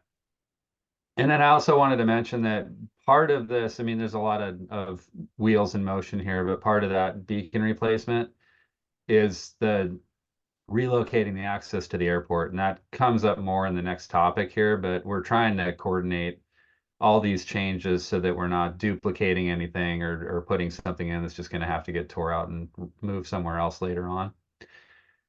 So I'll discuss both of these, I guess, at the same time. So the DNRC coordination, we have had some preliminary meetings with them that were really just informational. They had some questions on what we're doing and eventually what we're going to be asking so that they can coordinate on their side. I mean, there's several groups that are interested in that property, and they kind of want to see what everybody's needs are before they start approving applications or anything. So we are in the process with them. They're going to submit some information to us pretty soon on how we apply for this and how we work through the adding Okay, those easements. on that part, how's that gonna work when we've done all this study and that, and with that easement going in there, that was all in that study, we don't, we put, or you guys have put a lot of money in all this and studying, and if we start moving that easement, is that gonna throw something in different to what the plan is did? It's honestly been everybody. Are you talking about the road easement or the 5-foot extensions we have to do for the runway? Well, both, what I'm talking about the road, we're saying here with them people that are talking about the property and that road was in part of that study on how it would come in and how Yeah, that's not the only thing with the road is it just needs to move out of the approach zone. The FAA doesn't really care where you put it. It's not going to affect the ALP really at all. Areas and in discussions with DNRC and several other folks, it seems like most people feel that bringing the road in from the east, extending the park access road and bringing that down in from the east into the airport on that side is more realistic than trying to move that road through the gravel pit. a lot easier for them is what they're saying, and where they come in on where we go in, if they can move it to the east there, it's safe, then they'll have us involved in helping out with that too. Yeah, and it doesn't, I mean, I agree with all that everyone's comments. It does, it keeps the road out of the walking path. It kind of just, it encloses it, if you will. I mean, yeah, you have a road all the way around it. So if someone falls and twists their ankle and needs help out of there or something, there's an access at any point on that road, on that walking path. There's a lot of benefits to moving it to that area, I think, but we'll get the final design and see how it looks. Okay. And then again, along with that, so we would move the beacon up to that location. We would also, I'm already working with Northwestern Energy to see what it would take to go underground from there. I mean, we have overhead power lines on an airport, which is not common. So we would move the whole electric service underground at that point, and then we'd be able to feed power to the beacon. And then we just have to run an underground conduit to the existing meter panel that powers the hangars and the runway lights. Donovan, Blaine ma'am. has a comment or a question. I just had a question on the 5 foot, where I'd be looking to get a 5 foot easement from, who would that be from? It's mostly DNRC. So what we're doing is that we're just trying to understand what the impact would be here. That easement is not required at the stage we're at the airfield right now. But once we do have an instrument approach and some more safety procedures in place at the airport, we need a little bit wider no build zone, if you will. And I think it's 5 to 10 feet beyond what we already have. So we'd Okay. certainly be communicating with DNRC on that, but since it is the length of the runway, it's DNRC, the Forest Service, and there's some private land Okay, in there as well. So we just want to communicate with all those individuals to see what the impact would be. Is this something we should be working on now to get this through, or do we want to wait 5 years and do it then? Or I don't know. I mean, I don't know what the cost is to do that, or how long that study takes, or whatever. But we did have all that information is in DNRC's hands, so they kind of know what the future is. We're, what we want for this initial project and what we want for 10 years down the road. So that's all being considered. Thanks. Yeah, you Jumping bet. back, this is Scott again. On that beacon thing, would that be a budget thing come up? Cause when you start moving that power and putting it underground, it gets pretty spendy, so we wanna make sure that the money's there, or we budget, we need to look into that a little better than just go ahead and say we're gonna do it.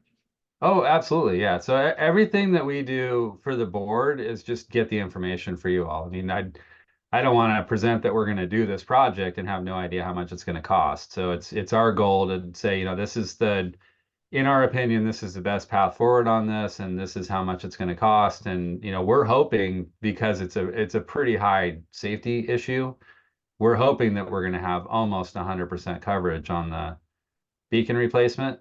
So that cost would be nil. I've worked with Northwestern Energy quite a bit. I am an electrical contractor. That's what I do. So the cost of them doing that underground conversion is not going to be much. I mean, we're not going to really see a bill from them.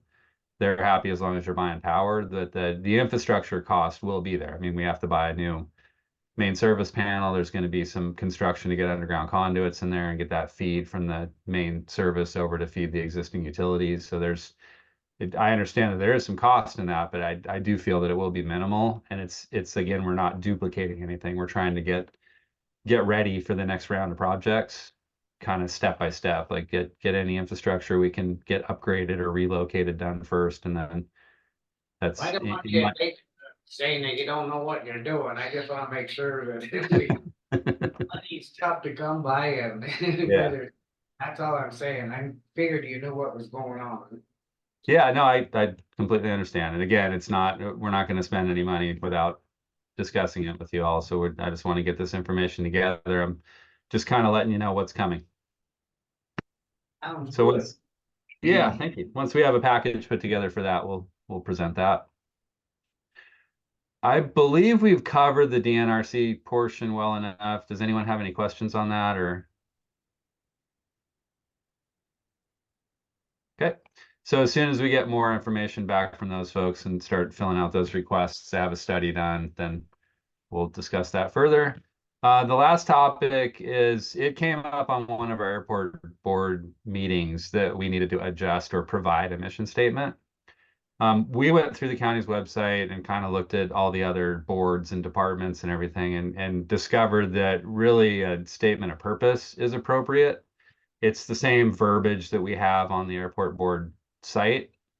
We just feel that this version, that I hope you all can see this on whatever sheet you have in front of you, but we're proposing that we update that statement of purpose to cover more of what the airport board does. I mean, we are responsible for both Riddick Field and Drummond Field, and a responsibility to the FAA. We have to report anything that's going on at the airfield that's going to affect transient pilots.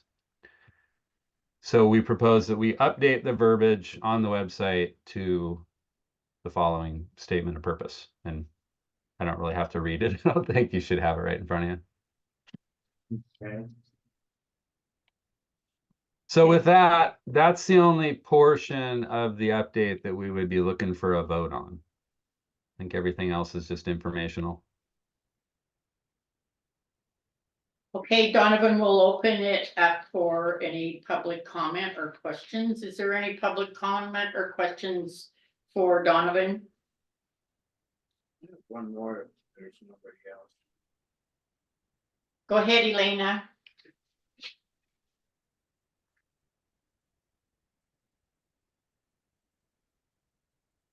Thank you. For the record, Elena Gagliano. Going back, I don't know where to go back to. Maybe you covered it. Again, this is a airfield. Same thing with Drummond, they're both airfields. And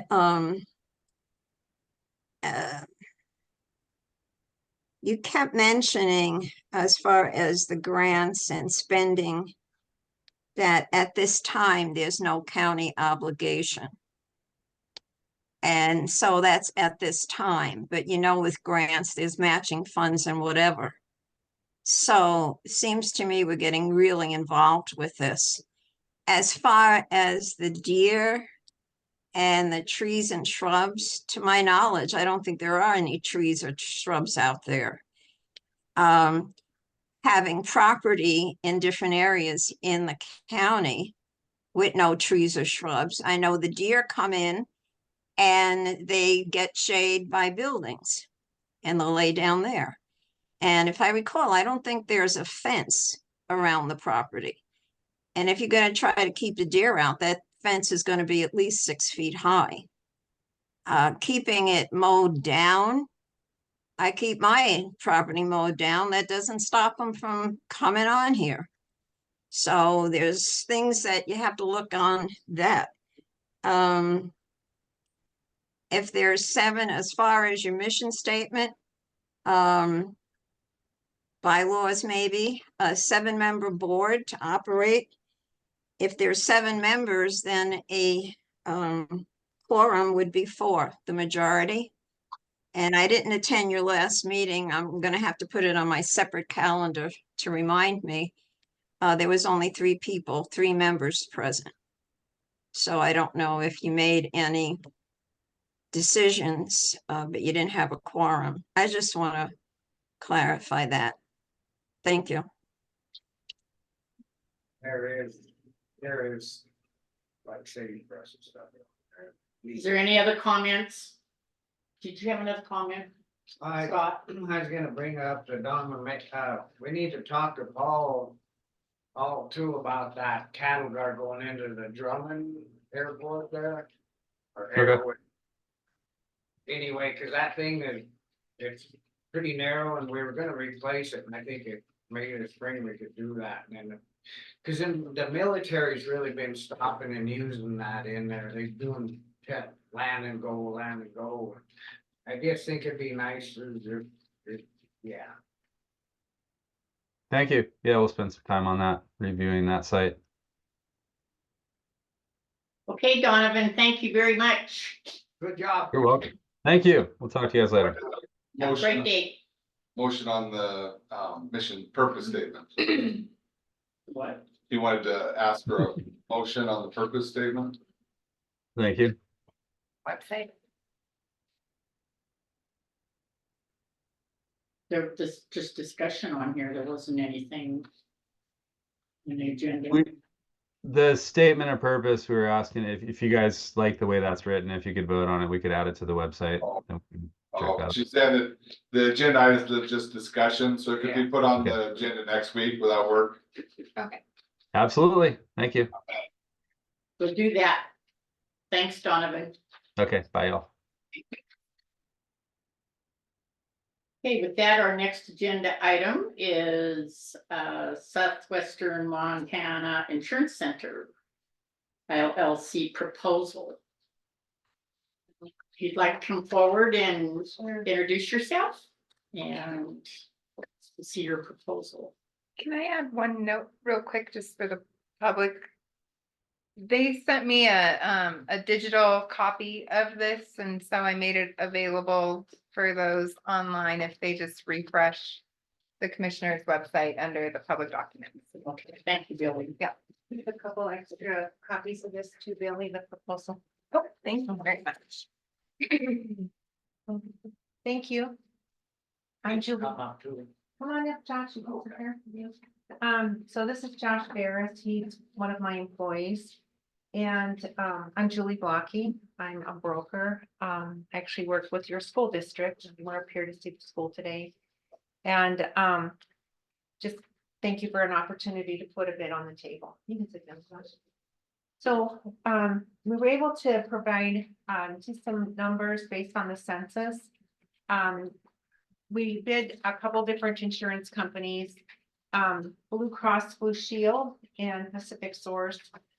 And Blue Cross Blue Shield was the most competitive carrier, so the proposal that we put together is actually looking at Blue Cross Blue Shield in Montana.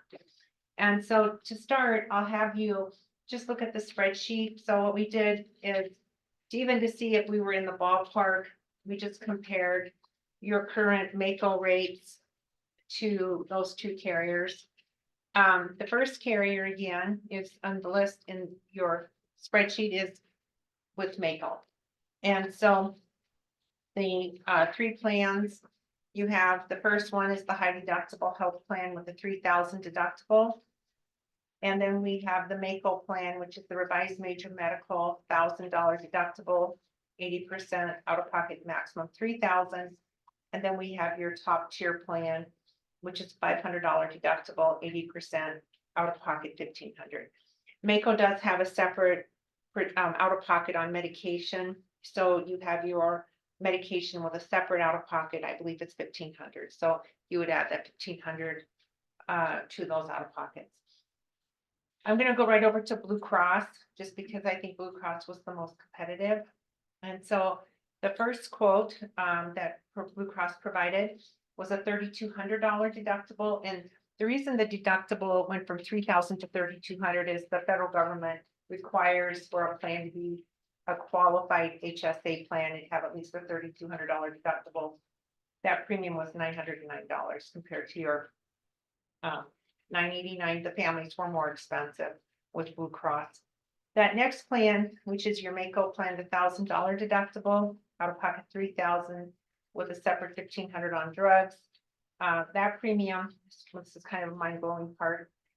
Your current premium on that plan was $1,228 for a single, and Blue Cross is at $913.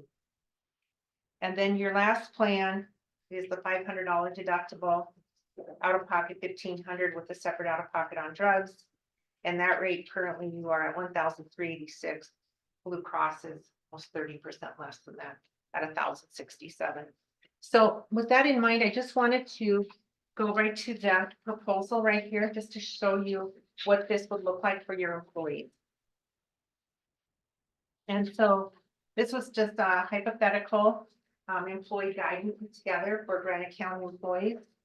And now if you are in the small group world with Blue Cross Blue Shield, and that is because you have fewer than 50 full-time employee equivalents. Consequently, your rates are only impacted by your ages of your individuals and the zip code. So there could be some fluctuation just based on that final enrollment. If you have a couple of young people join, they could fluctuate a couple dollars down, a couple older people, maybe a couple dollars up, but you could be a very sick group and these are still your rates. So with that in mind, on the next page, which I'm right here, we're just looking now at those rates. And you're looking at the gold, and you're seeing what those three plans are. Your gold rate on the single would be 909 for that high deductible health plan. The second gold plan was at 913, and then your platinum plan was at 1067. Now the next page really shows you what those plans are. So now I'm right here. And so that first plan again is a qualified plan, meaning eligible for an HSA. That deductible is $3,200 and the co-insurance is 100%. So after you have $3,200 of covered in-network expenses using Blue Cross Blue Shield, your co-insurance is at 100% for those covered expenses. Maximum out-of-pocket too per family. That next plan is a $1,500 deductible. It is not HSA eligible. It doesn't meet the criteria. It's an 80% co-insurance. So after you have $1,500 of covered in-network expenses, the insurance company will pay 80%, you'll pay 20%. Your out-of-pocket maximum is $6,500. That plan has primary care copay, specialist copay. So there's no deductible when you go to the doctor, you see a specialist, you fill a prescription. Those things have first dollar coverage. And you'll see what those are. The primary care copay on that second plan is $35. A specialist is $65, urgent care $50. That next plan is really your top tier plan.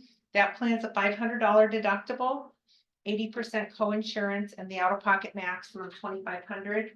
And you can see the primary care copay is only $10 for that plan, 40 for a specialist, and 50 for urgent care. That next page is looking at pharmacy. So we know that tier 1 is a qualified plan. So most prescriptions are deductible and co-insurance on that plan. The second plan, the gold plan, you can see that you have your prescriptions. You have your preferred generic at $15, non-preferred $25, and you can see it. So tier 2 and tier 3 have full prescription with them. Any questions so far? Okay. That next page is some zero price drugs in this blue pages. So Blue Cross Blue Shield does provide a lot of services first dollar. I'll show you more of these. I mean, they do a great job. Blue Shield of Montana does. I'm sure you all know. This is the no cost preventative drug list. So these prescriptions are at a zero copay. That next page, which is the green page, next green page, is talking about the Blue Cross Blue Shield network. And Blue Cross Blue Shield of Montana has what's called a blue card. So when you're using Blue Cross Blue Shield of Montana, if you're in another state, you can actually use any Blue Cross Blue Shield provider in the country. It doesn't matter. It travels with you. Blue Cross Blue Shield pediatric benefits. So you are a small group. And so consequently, because you're a small group, we are have some control over what the essential health benefits were with the ACA. 2 of those were pediatric dental benefits for children under 19 and then pediatric vision. So there's some benefits for our children covered without the dental plan, okay? The next page is preventative services. So these are pages that describe to the employee what are the preventative services that are paid without the application of deductible. And you can see some are cost, they're age specific. So like for me, I'm in my 60s, I might be able to get the RSV vaccine, but maybe somebody who's, 40 years old may not be able to. So some that's the different immunizations are age specific, but there are zero cost copays for those. This next page is the value add. So this is the page you're on right now, Blanche, and right here, you're right there. Yep. And so what that page is this one right here. These are called value adds. And so Blue Cross Blue Shield of Montana has lots of value added benefits. Some of those are like well on target. So one thing that's very important with a lot of the groups that I work with are being able to have wellness programs. And so Blue Cross Blue Shield is the gorilla in the room when it comes to wellness. And so employees can go out onto their Blue Access for Members site and they can register in that program. It can actually accrue points like for walking and doing healthy activities. And then Blue Cross will allow the employee to go out and redeem those points for an online shopping mall that Blue Cross is paying for. So just a lot of wellness things that they would be working with us with. fitness programs, reduced gym memberships. The 24/7 nurse line. What that is, it's a 24/7, registered nurses are there if the employee's not feeling well, needs to talk to, somebody about, you know, they don't wanna go to the hospital quite yet. At no cost, they can get a nurse on the phone.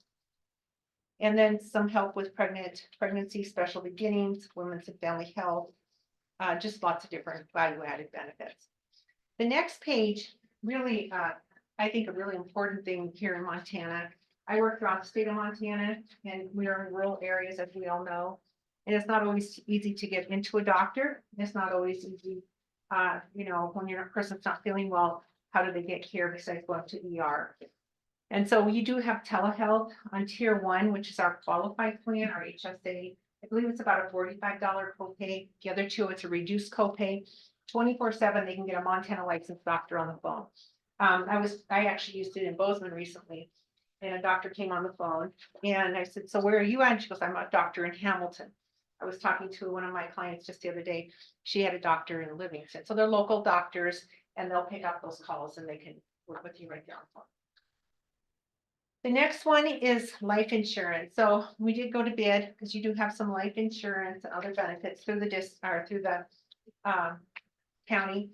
And we quoted a $25,000 life insurance policy for you. It's with the principal, and there are some age reductions. And the cost of that looks like it's about $7 an employee. The next benefit is dental. This is an area that is really ever changing. And right now I know with Delta Dental, we're having a real problem like in Bozeman and Missoula with, and Kalispell, with the dentist canceling a lot of their contracts. This is an indemnity contract, so you can go to any dentist you want to go to. And it's a big one. It's a $3,000 annual benefit. This is a big dental plan. We actually moved to principal ourselves on January 1st. And those rates are listed there. That's $5 more than you currently have, but it's twice the dental plan too. Here's the vision. It's a $0 copay for the eye exam, a $10 copay for the lenses, and you can get your frames every year, and the premium to do that is $882. And again, these are totally independent enrollment. So if somebody wants health insurance, but they don't need dental or don't need a vision, they can elect however they want to. They're not tied into it. The next page. We can also offer extra life insurance through voluntary term life, and the employees are guaranteed to issue $100,000 and in their initial enrollment. After that, there will have to be some insurability. Spouses are guaranteed $25,000 and children are guaranteed about $10,000, and those rates are listed there, but very inexpensively to pick up extra life insurance. And then we did list the exclusions and limitations. Basically on life, you're talking about the suicide exclusion for 2 years. Okay, and two things, those AD&D might have some though too, like accidental death and dismemberment might be you know, committing a felony, doing those things, you die in the accident, probably not going to get quite the benefit. We have the HSA on the next page. We have one plan that's HSA eligible. And that plan, of course, is tier 1. And those HSA limits for 2024 are listed. Maximum a person can contribute to HSA in 2024 is $4,150. If you are over 55 years of age, you can make another contribution of $1,000. And then just always reminding people that you can't have any other form of credible coverage down HSA. And the next page is just looking at qualified advance, you know, when you can enter and exit the plan. Of course, open enrollment, people can make plan changes. And then always the big caution is if you have a birth of a child, you got 30 days to have the child. So just times you can enter and exit. So that's kind of what it would look like. And I just want to, for a second, show you the Blue Cross, the blue tab, which is value adds, okay? So this is a list of some of those value added benefits that we talked about with Blue Cross Blue Shield. Again, it's the blue tab right here. And this is part of what Blue Cross is doing here in Montana. Boy, do they do a good job at this. They provide the benefits on these pages, on their insurance plans, on all of their plans universally at no cost to the employee. So we see, of course, and I'll just kind of briefly show them. You have your immunizations, again, some are age specific. On the second page, you have, screenings, health counseling, contraceptive, specialties for pregnancy. And it just goes on and on. Again, that blue page is the no cost preventative drug list we talked about. And I won't read it all to you, but pages of contraceptives that are available to employees and their families. Express Scripts, which is the mail order pharmacies around which a local pharmacist doesn't necessarily like very much. And I can see why. And it just goes on and on. So anyway, that's the proposal, and we just appreciate you guys giving us an opportunity to bring it to you. Thank you. Yeah, Okay, I'll have my team follow back up with your team if there's any further interest. Thank you. thanks. Any questions, anything Nope. else? None, thank you very Thank you, much. This Thank is you. well presented, thank you. Thank you. You guys have a good day. You too. Okay, you too.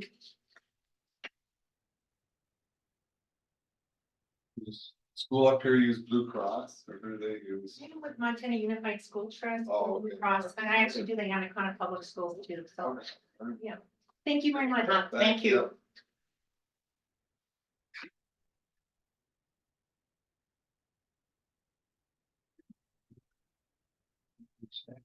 I guess I was so far lost there.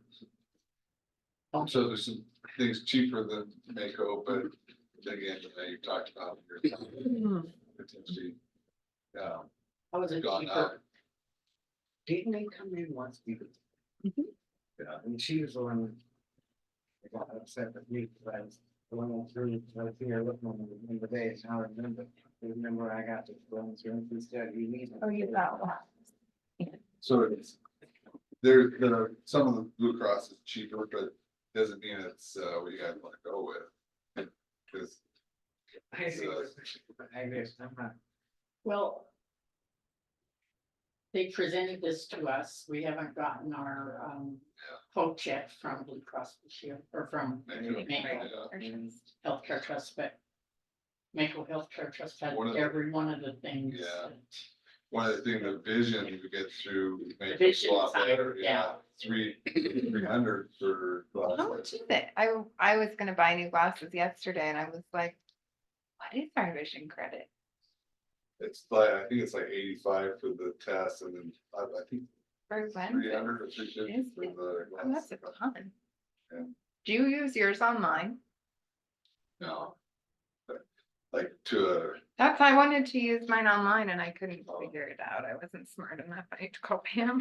I don't understand insurances, I'm lost or make even when Pam may go, I'm not.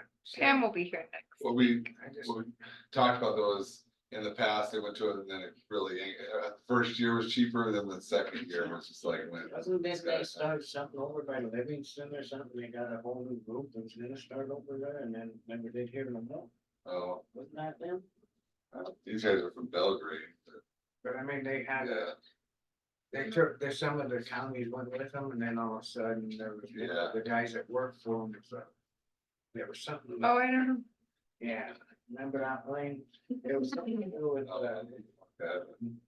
yeah. So this was a presentation from Southwestern Montana Insurance Center. There's no decision being made. It's just we received their proposal.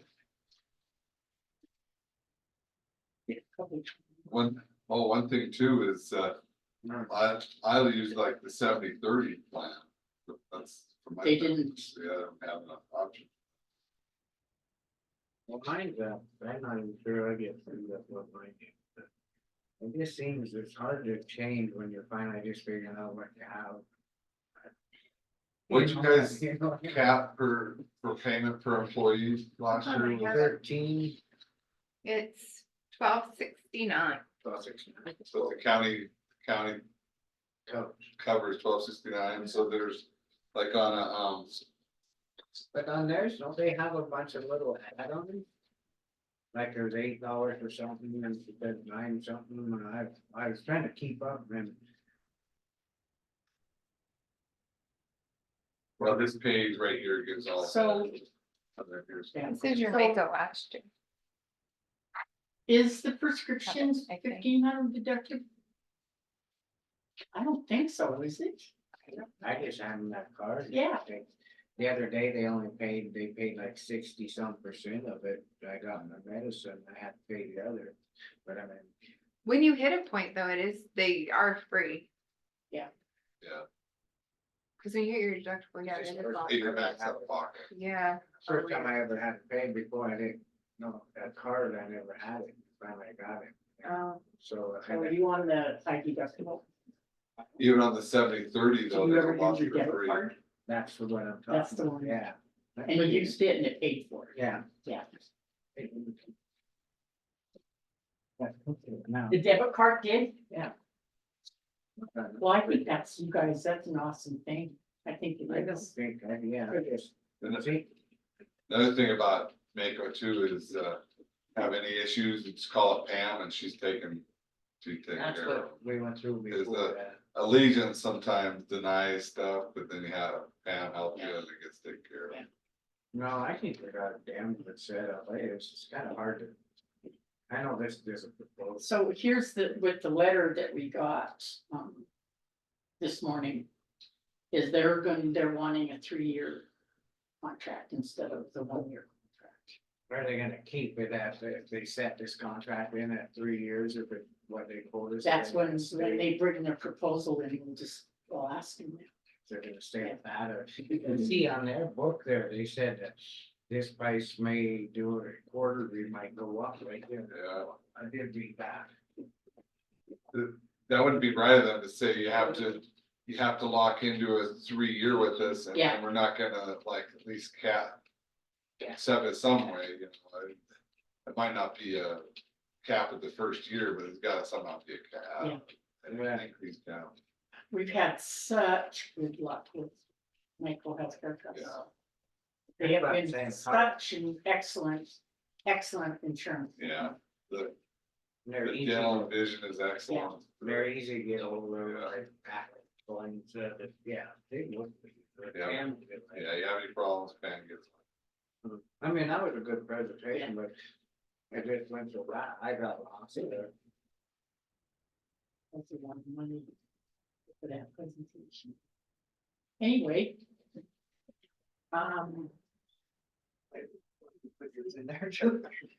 Didn't take Thanks for looking. 45 minutes. Here, you want some more? No, you're fine. I empty all these out. Becky and. I empty them out and then I give them to Carol for court. That's what I did last time. So you can just- And then, no, I'll clean them out. And then. I'll recycle the fine. Yeah, that's nice, I mean, bring it from those folders.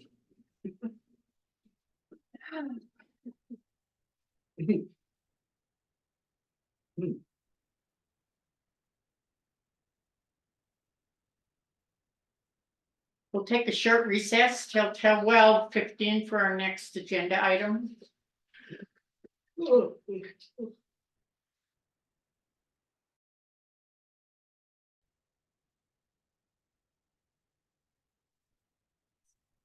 Okay, our next agenda item. Mark, Yes, is Penny with you? Penny's not with me. She had a conflict with a doctor's appointment. So I'm sorry, all you get is me. Okay, Mark, if you would introduce yourself, please, and state your request. Okay, I'm Dr. Mark Ransford and I'm representing the building committee for restoration of the top 2 floors of the museum to turn it into workforce housing. So that's why I'm here today. And so we have raised $40,000 already to pay for a feasibility study. So that'll tell us if it's feasible. What we have, the feasibility studies with High Plains Architects, Randy Hafer out of Billings. He's done many of these projects, including the school roundup. the courthouse, and I think it's Petroleum County. I mean, stuff. And he has visited the site, he's seen it, he thinks it is doable, very doable. Okay. So there's, we think probably about 11,000 square feet on the 2 floors of a possible living space. And it would be dedicated to workforce housing. And so what we are doing is applying for a Montana Historical Preservation. Is there still money in that? They've funded every year. We visited yesterday with John Fitzpatrick. And so I think it comes out of the bed tax revenue, but I'm not exactly sure where the money comes from. But it's a historic preservation grant, and you put in an application, you can get up to $500,000. And so, and it's each project, we have to have the application by the end of February, and they will review it for the next year. It will come before the 25 legislature to see if we get approved, if we get the money. It's a 10% match, you can get up to $500,000. And you have to have a 10%, 20% match. But we're well on our way to that already, that won't be a problem. So, well, you know, if you have questions, you can ask. Included in that would be basically, we would historically restore these. And as an aside, yesterday a pipe broke in there and flooded the basement. And today we went into the main exhibit room and something's going on in there. They have all kinds of condensation issues and it's all wet in there too. So it's kind of a disaster right now. But all this would be mitigated with the reconstruction. We don't know how much it's gonna cost. I mean, it'll be more than $2 million. So we'll be using this preservation tax credits you can use. We're going to get grants, and that's part of the feasibility study. Is they're not just going to look to see if it's feasible. They're going to see if we put these units in, will they pay? They will help us find funding. They'll help us find grants. They'll help us do all of that. Great. So how many apartments would you say? We don't really know. Penny thought as many as 20, but I've heard 8 to 16. I'm thinking probably, I don't know. Like 1, 2 bedroom?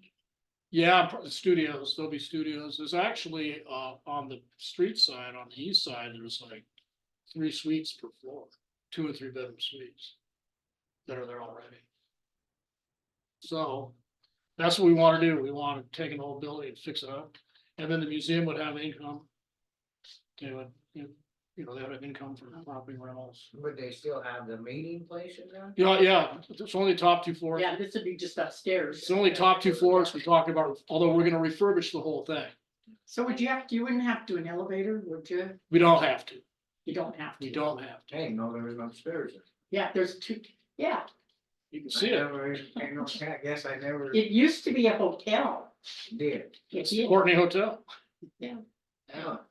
Yeah. That's cool. Yeah. I just thought that historic money went out, cause we tried to get some one time for here, cause there's so many, you gotta follow so many rules with that. John Weaver, I think was the name that's doing it then with, maybe it was just, that was quite a while ago. Well, and I don't know how long this has been going. This project, but also John Fitzpatrick was very impressed with what's going on in there and thought we have a very doable project because he's on the committee that approves those. And he said, I've seen, he saw a bunch of stuff he wouldn't have, he just said, that doesn't matter, but he went through it yesterday too and was like very impressed with what we want to do, and he definitely thought it was very doable too from the standpoint of the getting a grant. And you can get a grant for $500K, and the next year you can get another. So what you would like is. what we would like is just. Yeah, I drafted one because they had sent kind of a template out, so I prepared a letter. Yeah, I've seen it also. So you, Today, you decided to move forward, so they wouldn't have to come back. I was getting to that. Oh, sorry. Who's- I didn't know, who's I chair was here? trying to. Is a letter of support from, we're asking from the commission. do I have a motion? I'll make the motion that we send a letter of support. I will second it. Is there any public comment? Elena. Go ahead, Elena. Thank you. For the record, Elena Gagliano. I'm reading the draft and it's short-term rentals. And Mark, I think I heard you say 8 to 20 rentals. Any discussion regarding parking? And has the town given a lot of support about this? Town has given a letter of support. And we've talked to Randy Hafer already. And he says parking is one of the big issues that stops development from happening and that tends to be a non-issue. There is parking around. We have, for starters, there's room behind the museum there where you can put at least a dozen vehicles. We have room back there. Right now, it's got stuff there, but that would go away. So there is parking behind the museum and so that's what Randy Hafer said. In his experience, and he's done a bunch of these projects, the parking is not nearly the issue that everyone makes it out to be. Thank you. So this wouldn't be short. This would be permanent. Yeah, rentals. we're talking more long-term rentals. Yeah. So this is over the past several years, we've been inundated with short-term rentals. So Okay, so we need to correct that. let's see, we were right. I haven't read this yet either. Oh, it doesn't say that you're doing short. No, I don't think it does. Okay.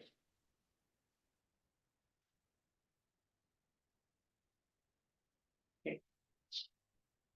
Any other? Okay, public- I'm sorry. I misread that also, but I still think there'll be a traffic problem. And I don't know. I'm not too happy about it being in Phillipsburg. Thank you. Thank you, Elena. So motion was seconded, all in favor? Aye, Aye, Thank you. thank you. Can I Thank you. chime in? good luck. Can I- Yes, good luck. Can I chime in, public comment, or is it closed? Sure, what do you have to say? I've talked to TJ Vitor about it several times doing that, and I've volunteered my time. I'll do your first apartment on my dime and let the rent pay me back, and then you can start doing them from there. So if there's any way at all I can help, I'd be more than happy to do it, because we're definitely in need of housing around here. Well, thank you for that. Big, but it's gonna be an all of one. We're gonna do the whole, I mean, we're gonna have to gut the building. You know, However you wanna do it, I'm available, more than happy to help. all right, well, great, thank you. You bet. Thank you very much. Thank you. We'll Good get that. thinking. We don't have to change nothing on that, then it's all good to go, we can. Yeah, I think it's Ready for good. them to sign it? Perfect. You And guys then wanna sign We're, it and- you want me to take it then, or, Yeah, Yeah, you can have it. okay, because this is all electronic, Okay, so we'll just. here, well, I'll have them sign one. I'll scan it really quick. Email, do you want me to scan it, email it to you? Yeah, actually- Hard copy? Yeah, or actually, if you could scan it, well, you can do it to me and I can forward it to Penny, but you might Okay. want to have Penny's. I'll send it to both it to you. You have Penny's email? I think I can you give it to you. forwarded me the template and I think it's on there. Yeah, it should be. Yeah. Yeah. Thank you. I will get it. You'll take care of it? I'll get it to you. Yep. Perfect. That's all we need. great. And, well, I can't say it won't cost the county a dime. We're not looking to the county for a lot. Yes. Thanks. Yeah, it's all right. You're welcome. Thanks for your Thank you, time. Mark. Or if I could help you. All right. That's all I need to. Thanks, Dave. Yeah. All right. Are we done? Just so that.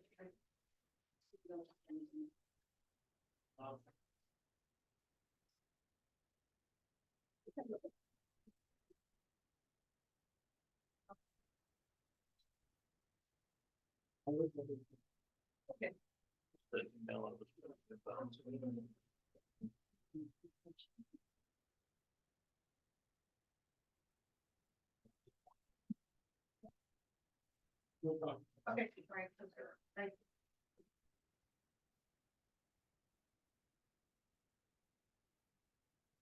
Yeah, I know, well, I guess I did know there was an upstairs, I never knew it was your hotel.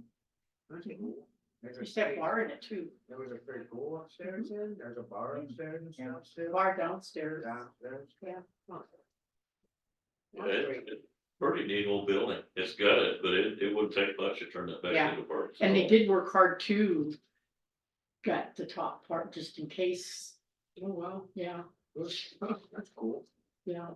So I mean, it was always in kind of in the back of people's minds that maybe those upstairs could be.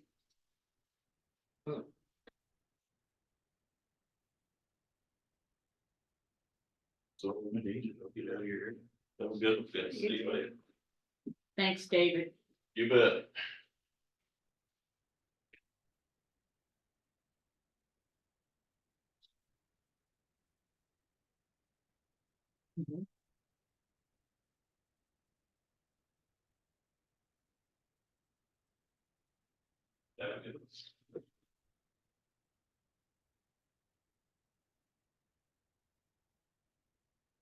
Like that letter.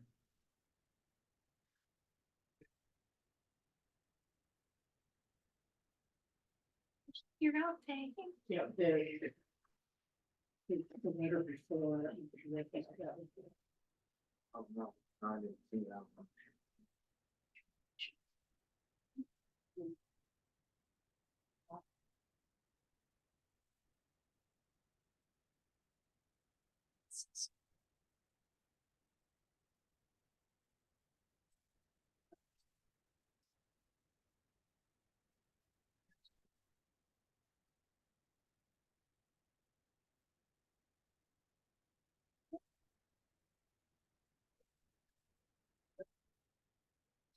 So 1:32, 1:40.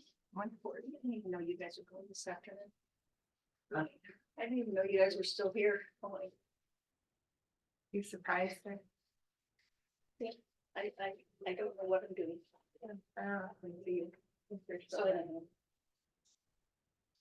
So when I was ready for next week. I know, I said on my calendar. It's the 8th. Yeah.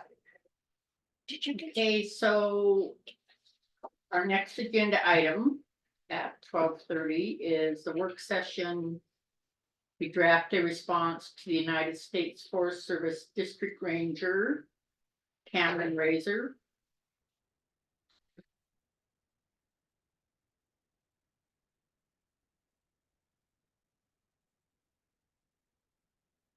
You have a comment on that? I just read the letter, I agree with it, I like it, I think it's something that we need to go ahead and go through, so I'd make the motion that we go ahead and send this letter out. I have a motion. I will second it. Is there any public comment? I had some notes from Blaine from this morning, end of the day yesterday.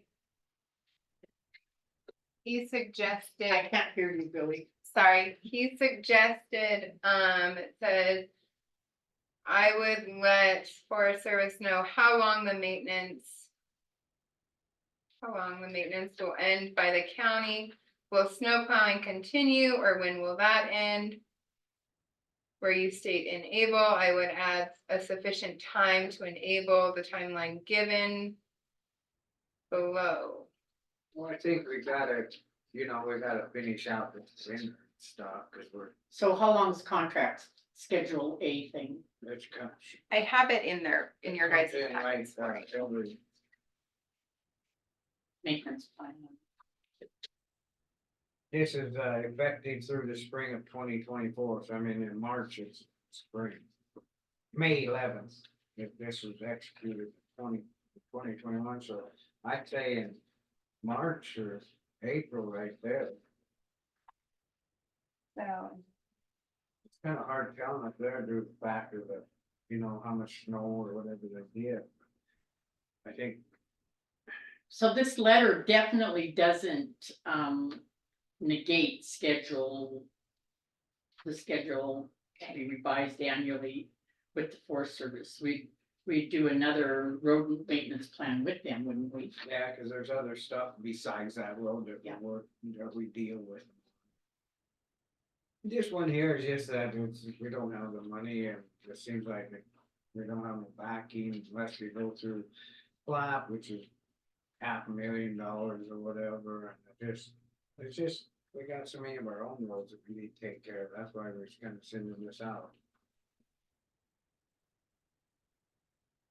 Is there any other public comment? Being none, all in favor? Aye. Aye. You can remove the watermark and I'll print it. So we addressed it accordingly.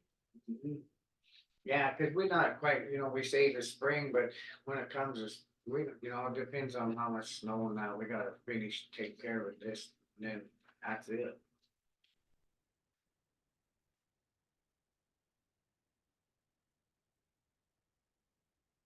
Does the road maintenance plan need to be addressed in this? I guess when they come back in, then this will all be probably scratched off, doing take care of the lake, so once that be off, it's scheduled late. And then, stay with the other stuff.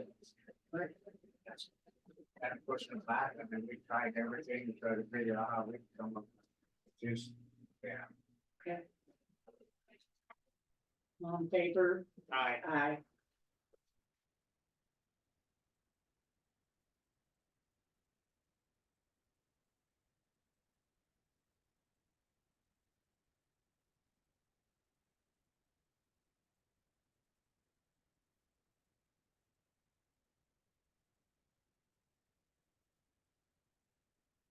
Pico Billy.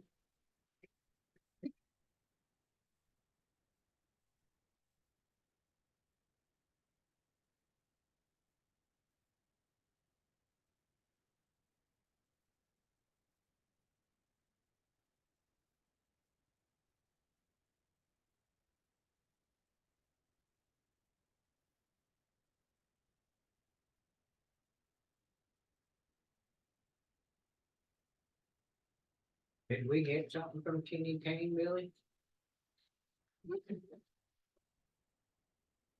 He used to be on it all the time, he was fire chief for a while, I think.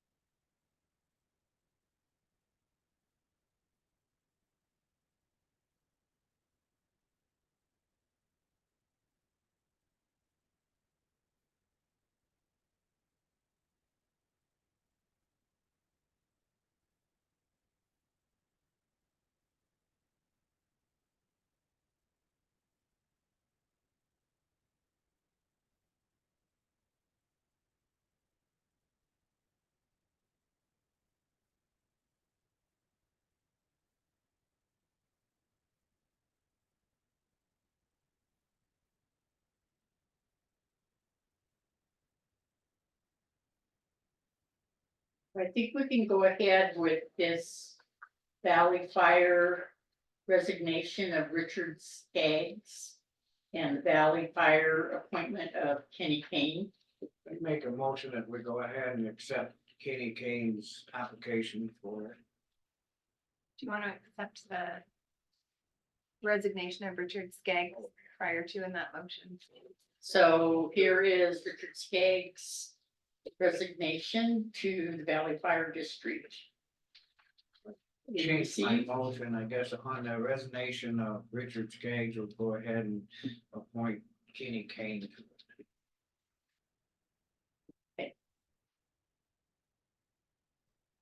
I'll second that.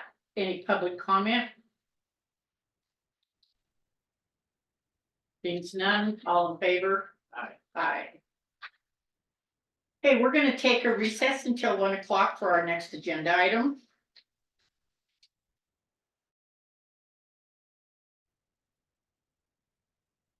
We have a minute until our next agenda item, which is the submittal of petition for Browns Gulch Road, Tower Road, Cliff Gulch Road, and Algonquin Mine Road to be county roads. And to review of petition for completeness, calling for investigation of roads, decision to survey the roads by a professional land surveyor, So it's discussion and decision. And So here comes here comes the the public. crowd. Hey, Dave. Hey, Wally. How's it going? I hope your ears must have been burning. You wanna sign in and you can sit up. No. We just called you the public.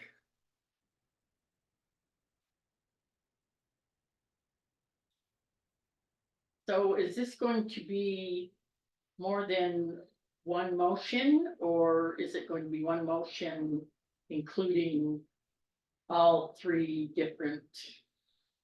I think it could be the one motion that includes all of it, but you can do it with separate motions as well.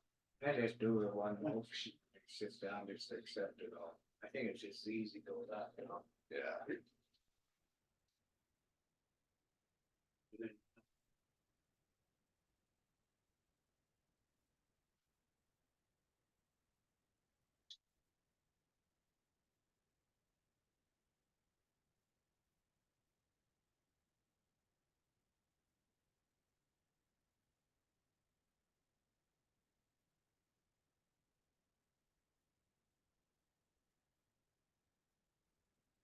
Sit in the hot seat if you want. Has there been any cost incurred to this process so far? Just letters that were sent out, seeing if there was objections, but real minimal. Well, Is there- I guess on that note, then we can go ahead and entertain a motion, right? That's what you're asking. You want me to give some background on this, so Sure. it could be. I know you guys have it already, but more for the public, so. There's multiple roads close to Phillipsburg here that are considered county roads and have been, but they're not petition county roads. Other than a portion of Tower Road is petition, but only a small portion. So the county's been involved in litigation and want to try to avoid that, as well as making, the public wants to make these county roads clearly county roads, so there's no issues in the future. They can be protected for future generations for access. So the public has submitted a petition, and it includes, as you said, Tower Road, Cliff Gulch Road, Algonquin, and Browns Gulch Road. Browns Gulch Road does not include Tungsten Lane. It uses the other access. The Matt Pierce has mapped those. Letters have been sent out to adjoining landowners. There's been no outright objections. There's been some that have asked or did conditional consents. And some of that concern came about wanting them to remain as historical roads that with the same limitations, to keep the same width of the roadway, not using, not for utilities and so forth, because we want to keep it as it's been used historically. I do think there should be 60-foot right of ways, and that's what's in the petition. The petition has more than 10 signatures on it. There were 2 signatures that on the petition that were that people were not landowners. One was Robert Littlejohn. But it's good that he signed it anyway because he's on the fire department and it's true. And then Steve Emmitschu only owns property, it's only his land's in his wife's, his house is in his wife's name. So those, what's that? Uh-huh. Well, it just has to be 10 landowners in the county. Oh. Yeah, so we have more than the 10. So the petition is complete and sufficient with signatures and the language in it is complete. Okay. And then the investigation of roads. So the statute calls for there needs to be investigation of it and report, and so that would be potentially I think generally how the commission's done that is the commissioner over that area and plus a surveyor. So the request today would be to call for and approve the investigation and potentially allow for the survey to be done of those roads. And then on the spot, on the decision to survey. And then calling for the investigation, the fee.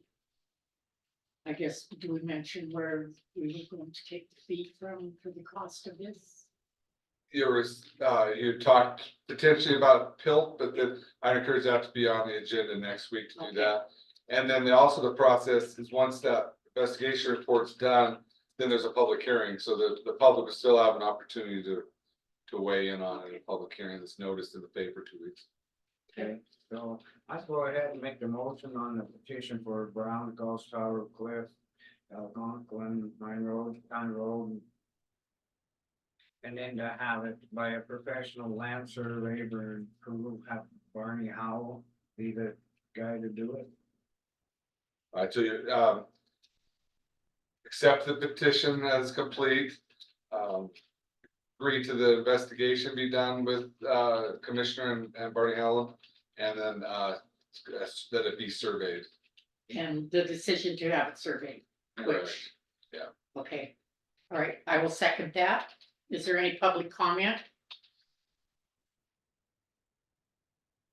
Maybe if you would just say you agree with all that, you agree, Dave?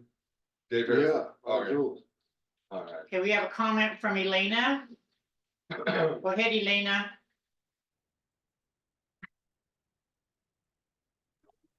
Okay, as far as the petition, has this been certified or by the clerk and recorder? Doesn't she have to, give some kind of certification that the addresses and the names are legitimate? Doesn't have to be, separate that the clerk and recorder verified it? This isn't an election. The clerk and recorder doesn't. I looked through there and was able to verify it. I mean, the commission could have her do that, but No, you did it, you done your job. I'm sorry, so in other words, it's not necessary and Blaine, you did it, so that's why it's not necessary. correct. Thank you.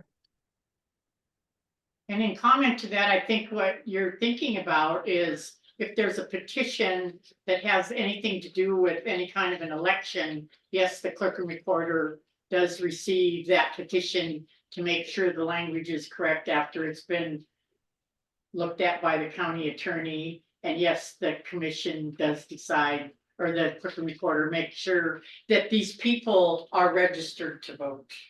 That's what she determines, is if they're registered to vote.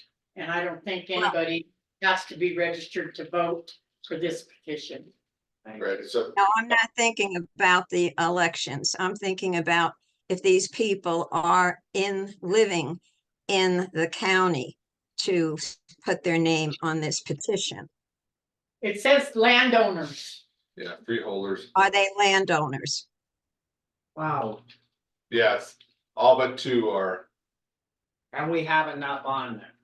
Yeah, there's 10. You've explained it, thank you. Yeah, that was explained that there was more than enough that were landowners for this petition. There were 2 that were not landowners, and so they were disqualified, but there was enough that landowners for the petition. I think there can even be an argument with Steve Emmitschu that it's part of the marital estate, that he has an ownership right there, but he's not, his name's not on the deed, so we didn't count his. Okay. Is there anything else, Elena? No, I just wanted that clarified because I'm going through something now and they wanted a whole bunch of, you know, this stamped, that stamped, qualification from, so that's why I brought it up. Thank you. You're welcome. Thank you. Any other public comment? Being's none? All in favor? Aye, Aye. thank you, guys. Motion carried and passed. Yeah, you're welcome. So, what I'd say is, wait until you get the investigation report back and then the commission can set it for a public hearing and then I'll do the notices for the public hearing. It has to be noticed twice in the newspaper for the public hearing. And it could be during your regular agenda time. So, do you have to notice it twice for the public hearing? Do you have to have the public hearing more than once? No, it's just, notice those twice, and then you have the public hearing, and then right after that, you could have your decision meeting. Kinda like what- Yeah, or you could take other advice. Yeah, it's kind of like what we've done before, a lot of people come in, but right after that, then you have the discussion decision and Yeah, so the public hearing is basically taking the public comment, and then the discussion decision would be a potentially separate agenda item right after, or it could be, you could take it under advisement for weeks, but I just. Yeah. get right on it. And the, probably my advice also would be wait on the survey until you, Right. I mean, that's a preliminary decision on the survey if you're gonna accept them as county roads, but I'd wait on that to just have the investigation report done and then have the public hearing, make your decision, and then once it's decided to be, you take them as county roads into your. Plus, we can see how much the case is Yeah. way out of hand. Yeah, So the investigation of roads, would that be before the public hearing? yes, Okay, according to the statute. okay. And then the surveyor will do a letter, and that's And then this will be on the agenda next week, right up to, on the where the funds Where will the come funds from the will survey, yeah. okay. And then these roads are all in your district lines, or are they in Chuck's? I think they're probably mine. All right. They're in Blanchard. So you're gonna take me on a road trip? Yeah. very much. I'll work with Barney to get Okay, workable dates, anything not good coming up the Okay. next few weeks for you, or? You're generally- and I wouldn't mind seeing it anyway, doing the loop. I Yeah, would be doing the loop with you, Dave. those are all drivable right now, you think, or, What? are these roads drivable right now? Yeah, Yeah, there's hardly any snow on. yeah. Better get your winners done together. I think we have studs on the county car. You'll be fine. Yeah. I take my super to the worst place. He's got. Oh, you took public comment too? Yes. All right. Okay, thank you for being here, Dave. Thanks. Yeah, thanks. Well. Thanks for all you. I guess do. I gotta finish it. Yeah, we got to, You're doing good. Yeah. Thanks for your support and everything. Serious. Thank you. There's 3 gulches there with, these proposed county roads petitions. And, one that's called Cliff Gulch is the only one that don't have cliff. Well, that Yeah. Walking Road does, the Tower Road does, the Yeah. lower end, but I think they must have named that for the old cliff line, right at the head of that. yeah, you're probably right. Huh. Yeah, cause it was in, who found that in the old records? Was it Matt Pierce or someone found in the old records there that was named Yeah. Cliff Gulch. Yeah. Uh, We have an asset in Matt Pierce, trust me. Yeah, Oh, Cliff Shaft is, right about where the, Cliff Gulch Road meets the Algonquin Road, where it comes over, okay, in this tower. yeah, all of them interconnect there. Cliff Gulch is the one that went by, past, what's his name, Where Boyd. Boy Camper, yeah. that's- Or, he sold though, right? So that was kind of, originally they kind of thought so, and then you said no, was that what it was? Well, on this list, we have tax ID numbers for all these people that signed off on it. Yeah. Okay, alrighty, Got our ducks in a row. How many signatures you wind up with? Um.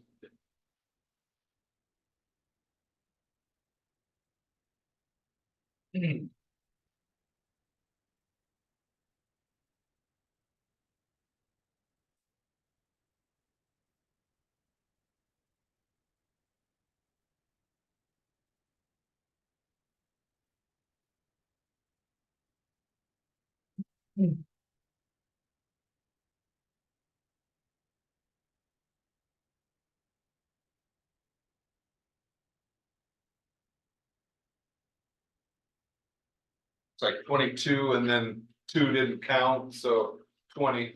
Yeah. Do I look at that? Yep. You want that? We can have that. Oh, okay. There's, Yeah, Blanche has the roots. this is, That's one of these stamps. hey, it's 1:15. And the next That's, agenda item Farrell. is Matt Farrell. the Victims of Crime Act, VOCA grant submission, discussion and decision. Think there's much. Thank you for the good work on it, getting it ready. Just, I'll make the motion that we accept it, all the hard work that have been made to get that through. This is one of the biggest things that, the problem before, is to kind of get it through, so. That being my motion, go ahead and accept it. I will second that motion. Is there any public comment? Thanks to Billy for doing all the legwork on that. Once we get the grant, get someone hired, then they'll be their responsibility to do the grant applications. They've made a really nice binder of everything I've done and where to find the policies, so. There's 2 things you have to find. So you'll find there. Okay. Being no public comment, all in favor? Aye. Aye.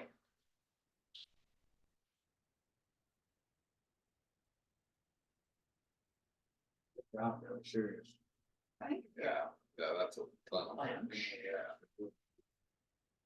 Final take, lunch one of these days. Sorry. That should be it.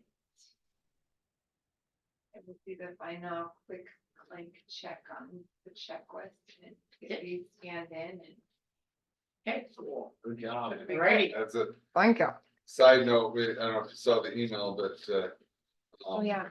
doing the Thanks, thanks. Robbie. Thanks, Yeah, Dave. take care. The Department of Commerce has grants for historical preservation for the, well, I guess they already came to the museum, but the courthouse and jail would potentially qualify for new windows. So, yeah, so that's what we're getting next week. I think, yeah. Kind of. I got that, yeah, that historical stuff left for quite a while. Wasn't that Weaver guy, remember we dealt with him all the time? What's his name? Jonathan Weaver? Jonathan Weaver was the guy from Great West. Yeah, who's that guy though, when we was doing the historical, we had to have the same color and all that? I think his last name. Oh, the, McDonald, or no, Yeah, we John. Anyway. yeah. Oh, the, that, original petition, you have that Go back. right there? Blank. Do you mind,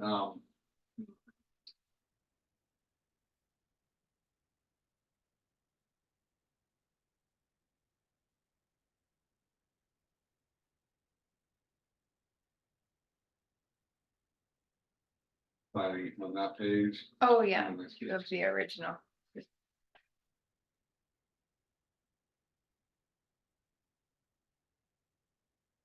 The chairman, Chairperson. chairperson, oh, I have my chair. I'll say chairman next Gender time. biased. It is 1/23. 2024. And then there's another page to sign too. And maybe stamp each page or two. Another spot. Yeah, on the spot.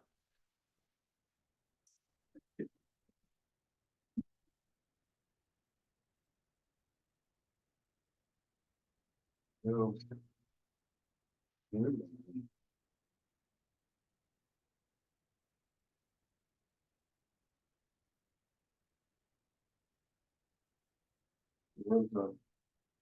One, do you mind stamping that though too? Stamp it. Stamper.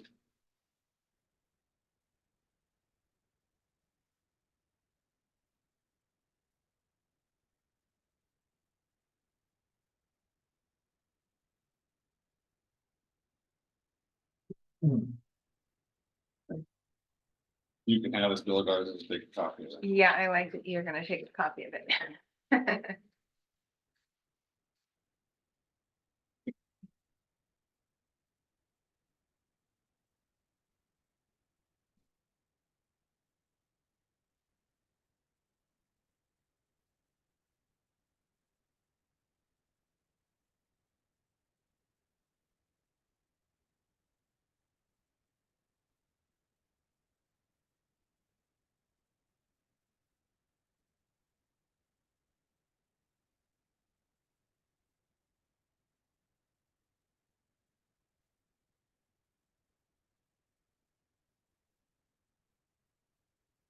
How many readings do they have on the tax collection for the second? It's true, so next week we'll do the discussion decision. Cause this is his first reading on it. Oh, yeah, this is first reading. Yep, so next week will be second reading and adoption. Just discussion. Just discussion.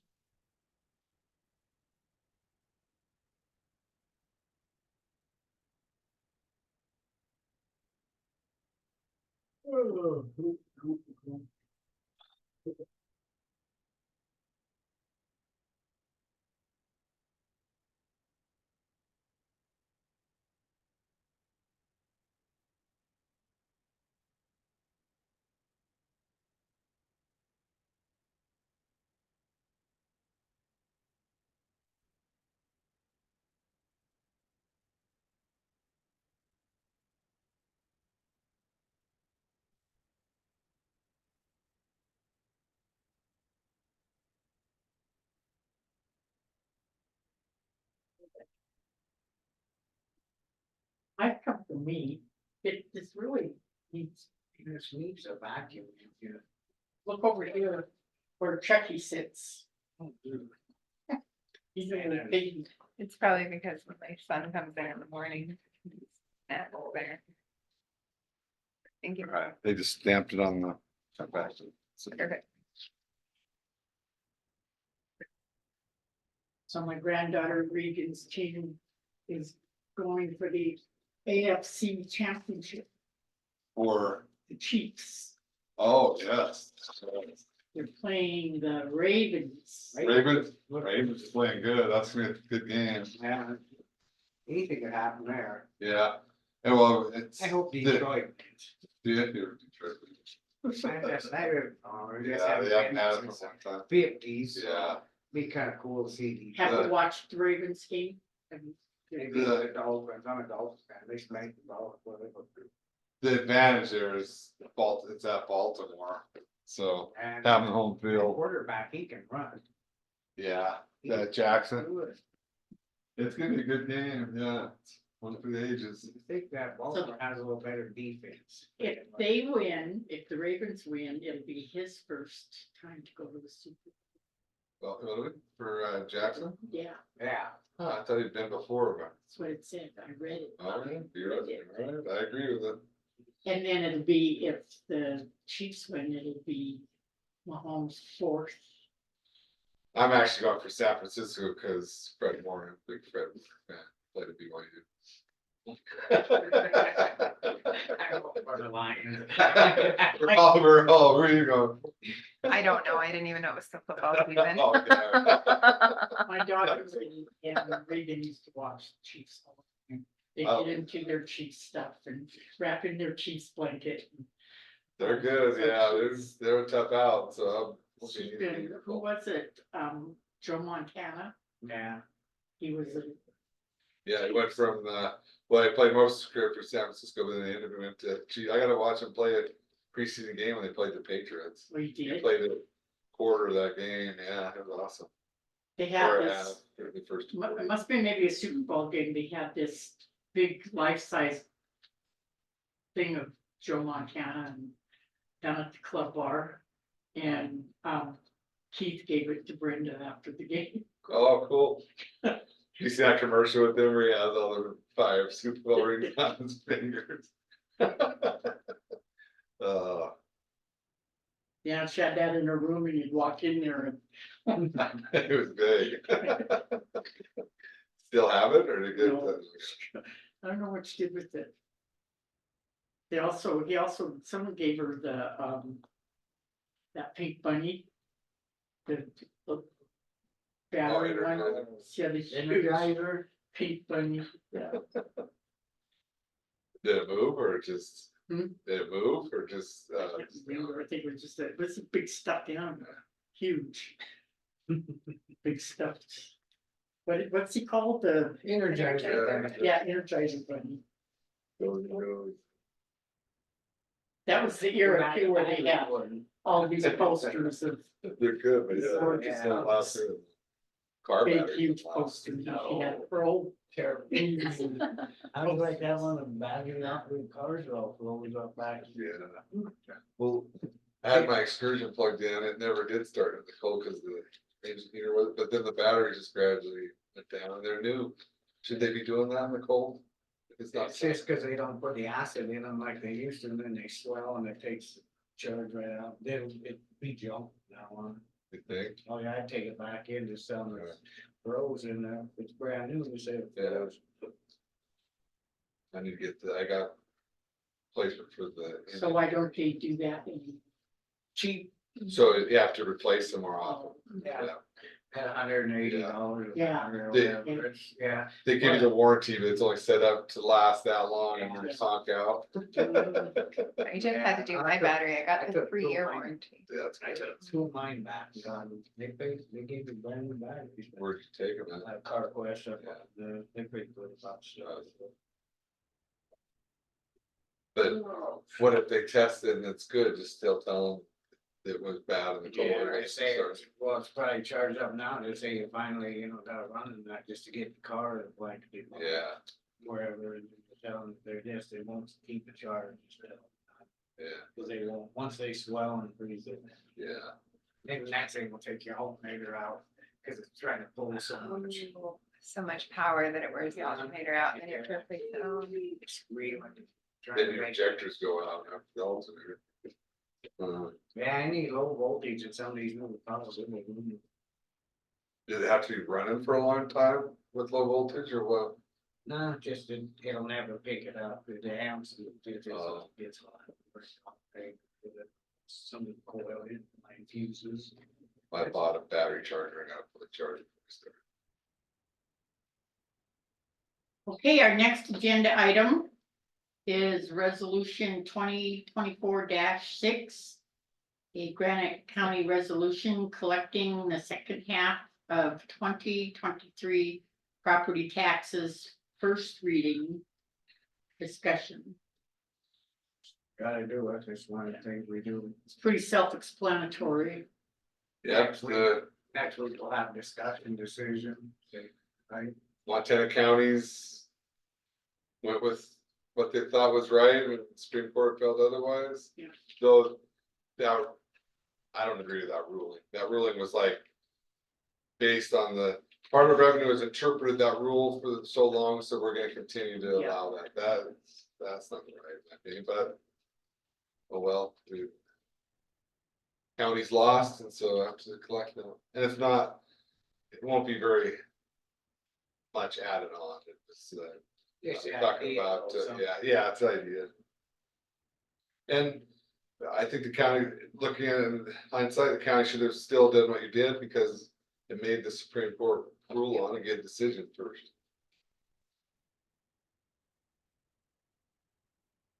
I could say something, but I won't. I won't. Okay, any public comment? On resolution 2024-6. Okay. I'll make a motion that we adjourn. Motion's been made to adjourn. I'll second that motion. Good job today, everybody. Good job, Billy. Guys, good job. Good Thanks. work. Thank you. We're adjourned. Right. Yeah, a lot on, but I'll.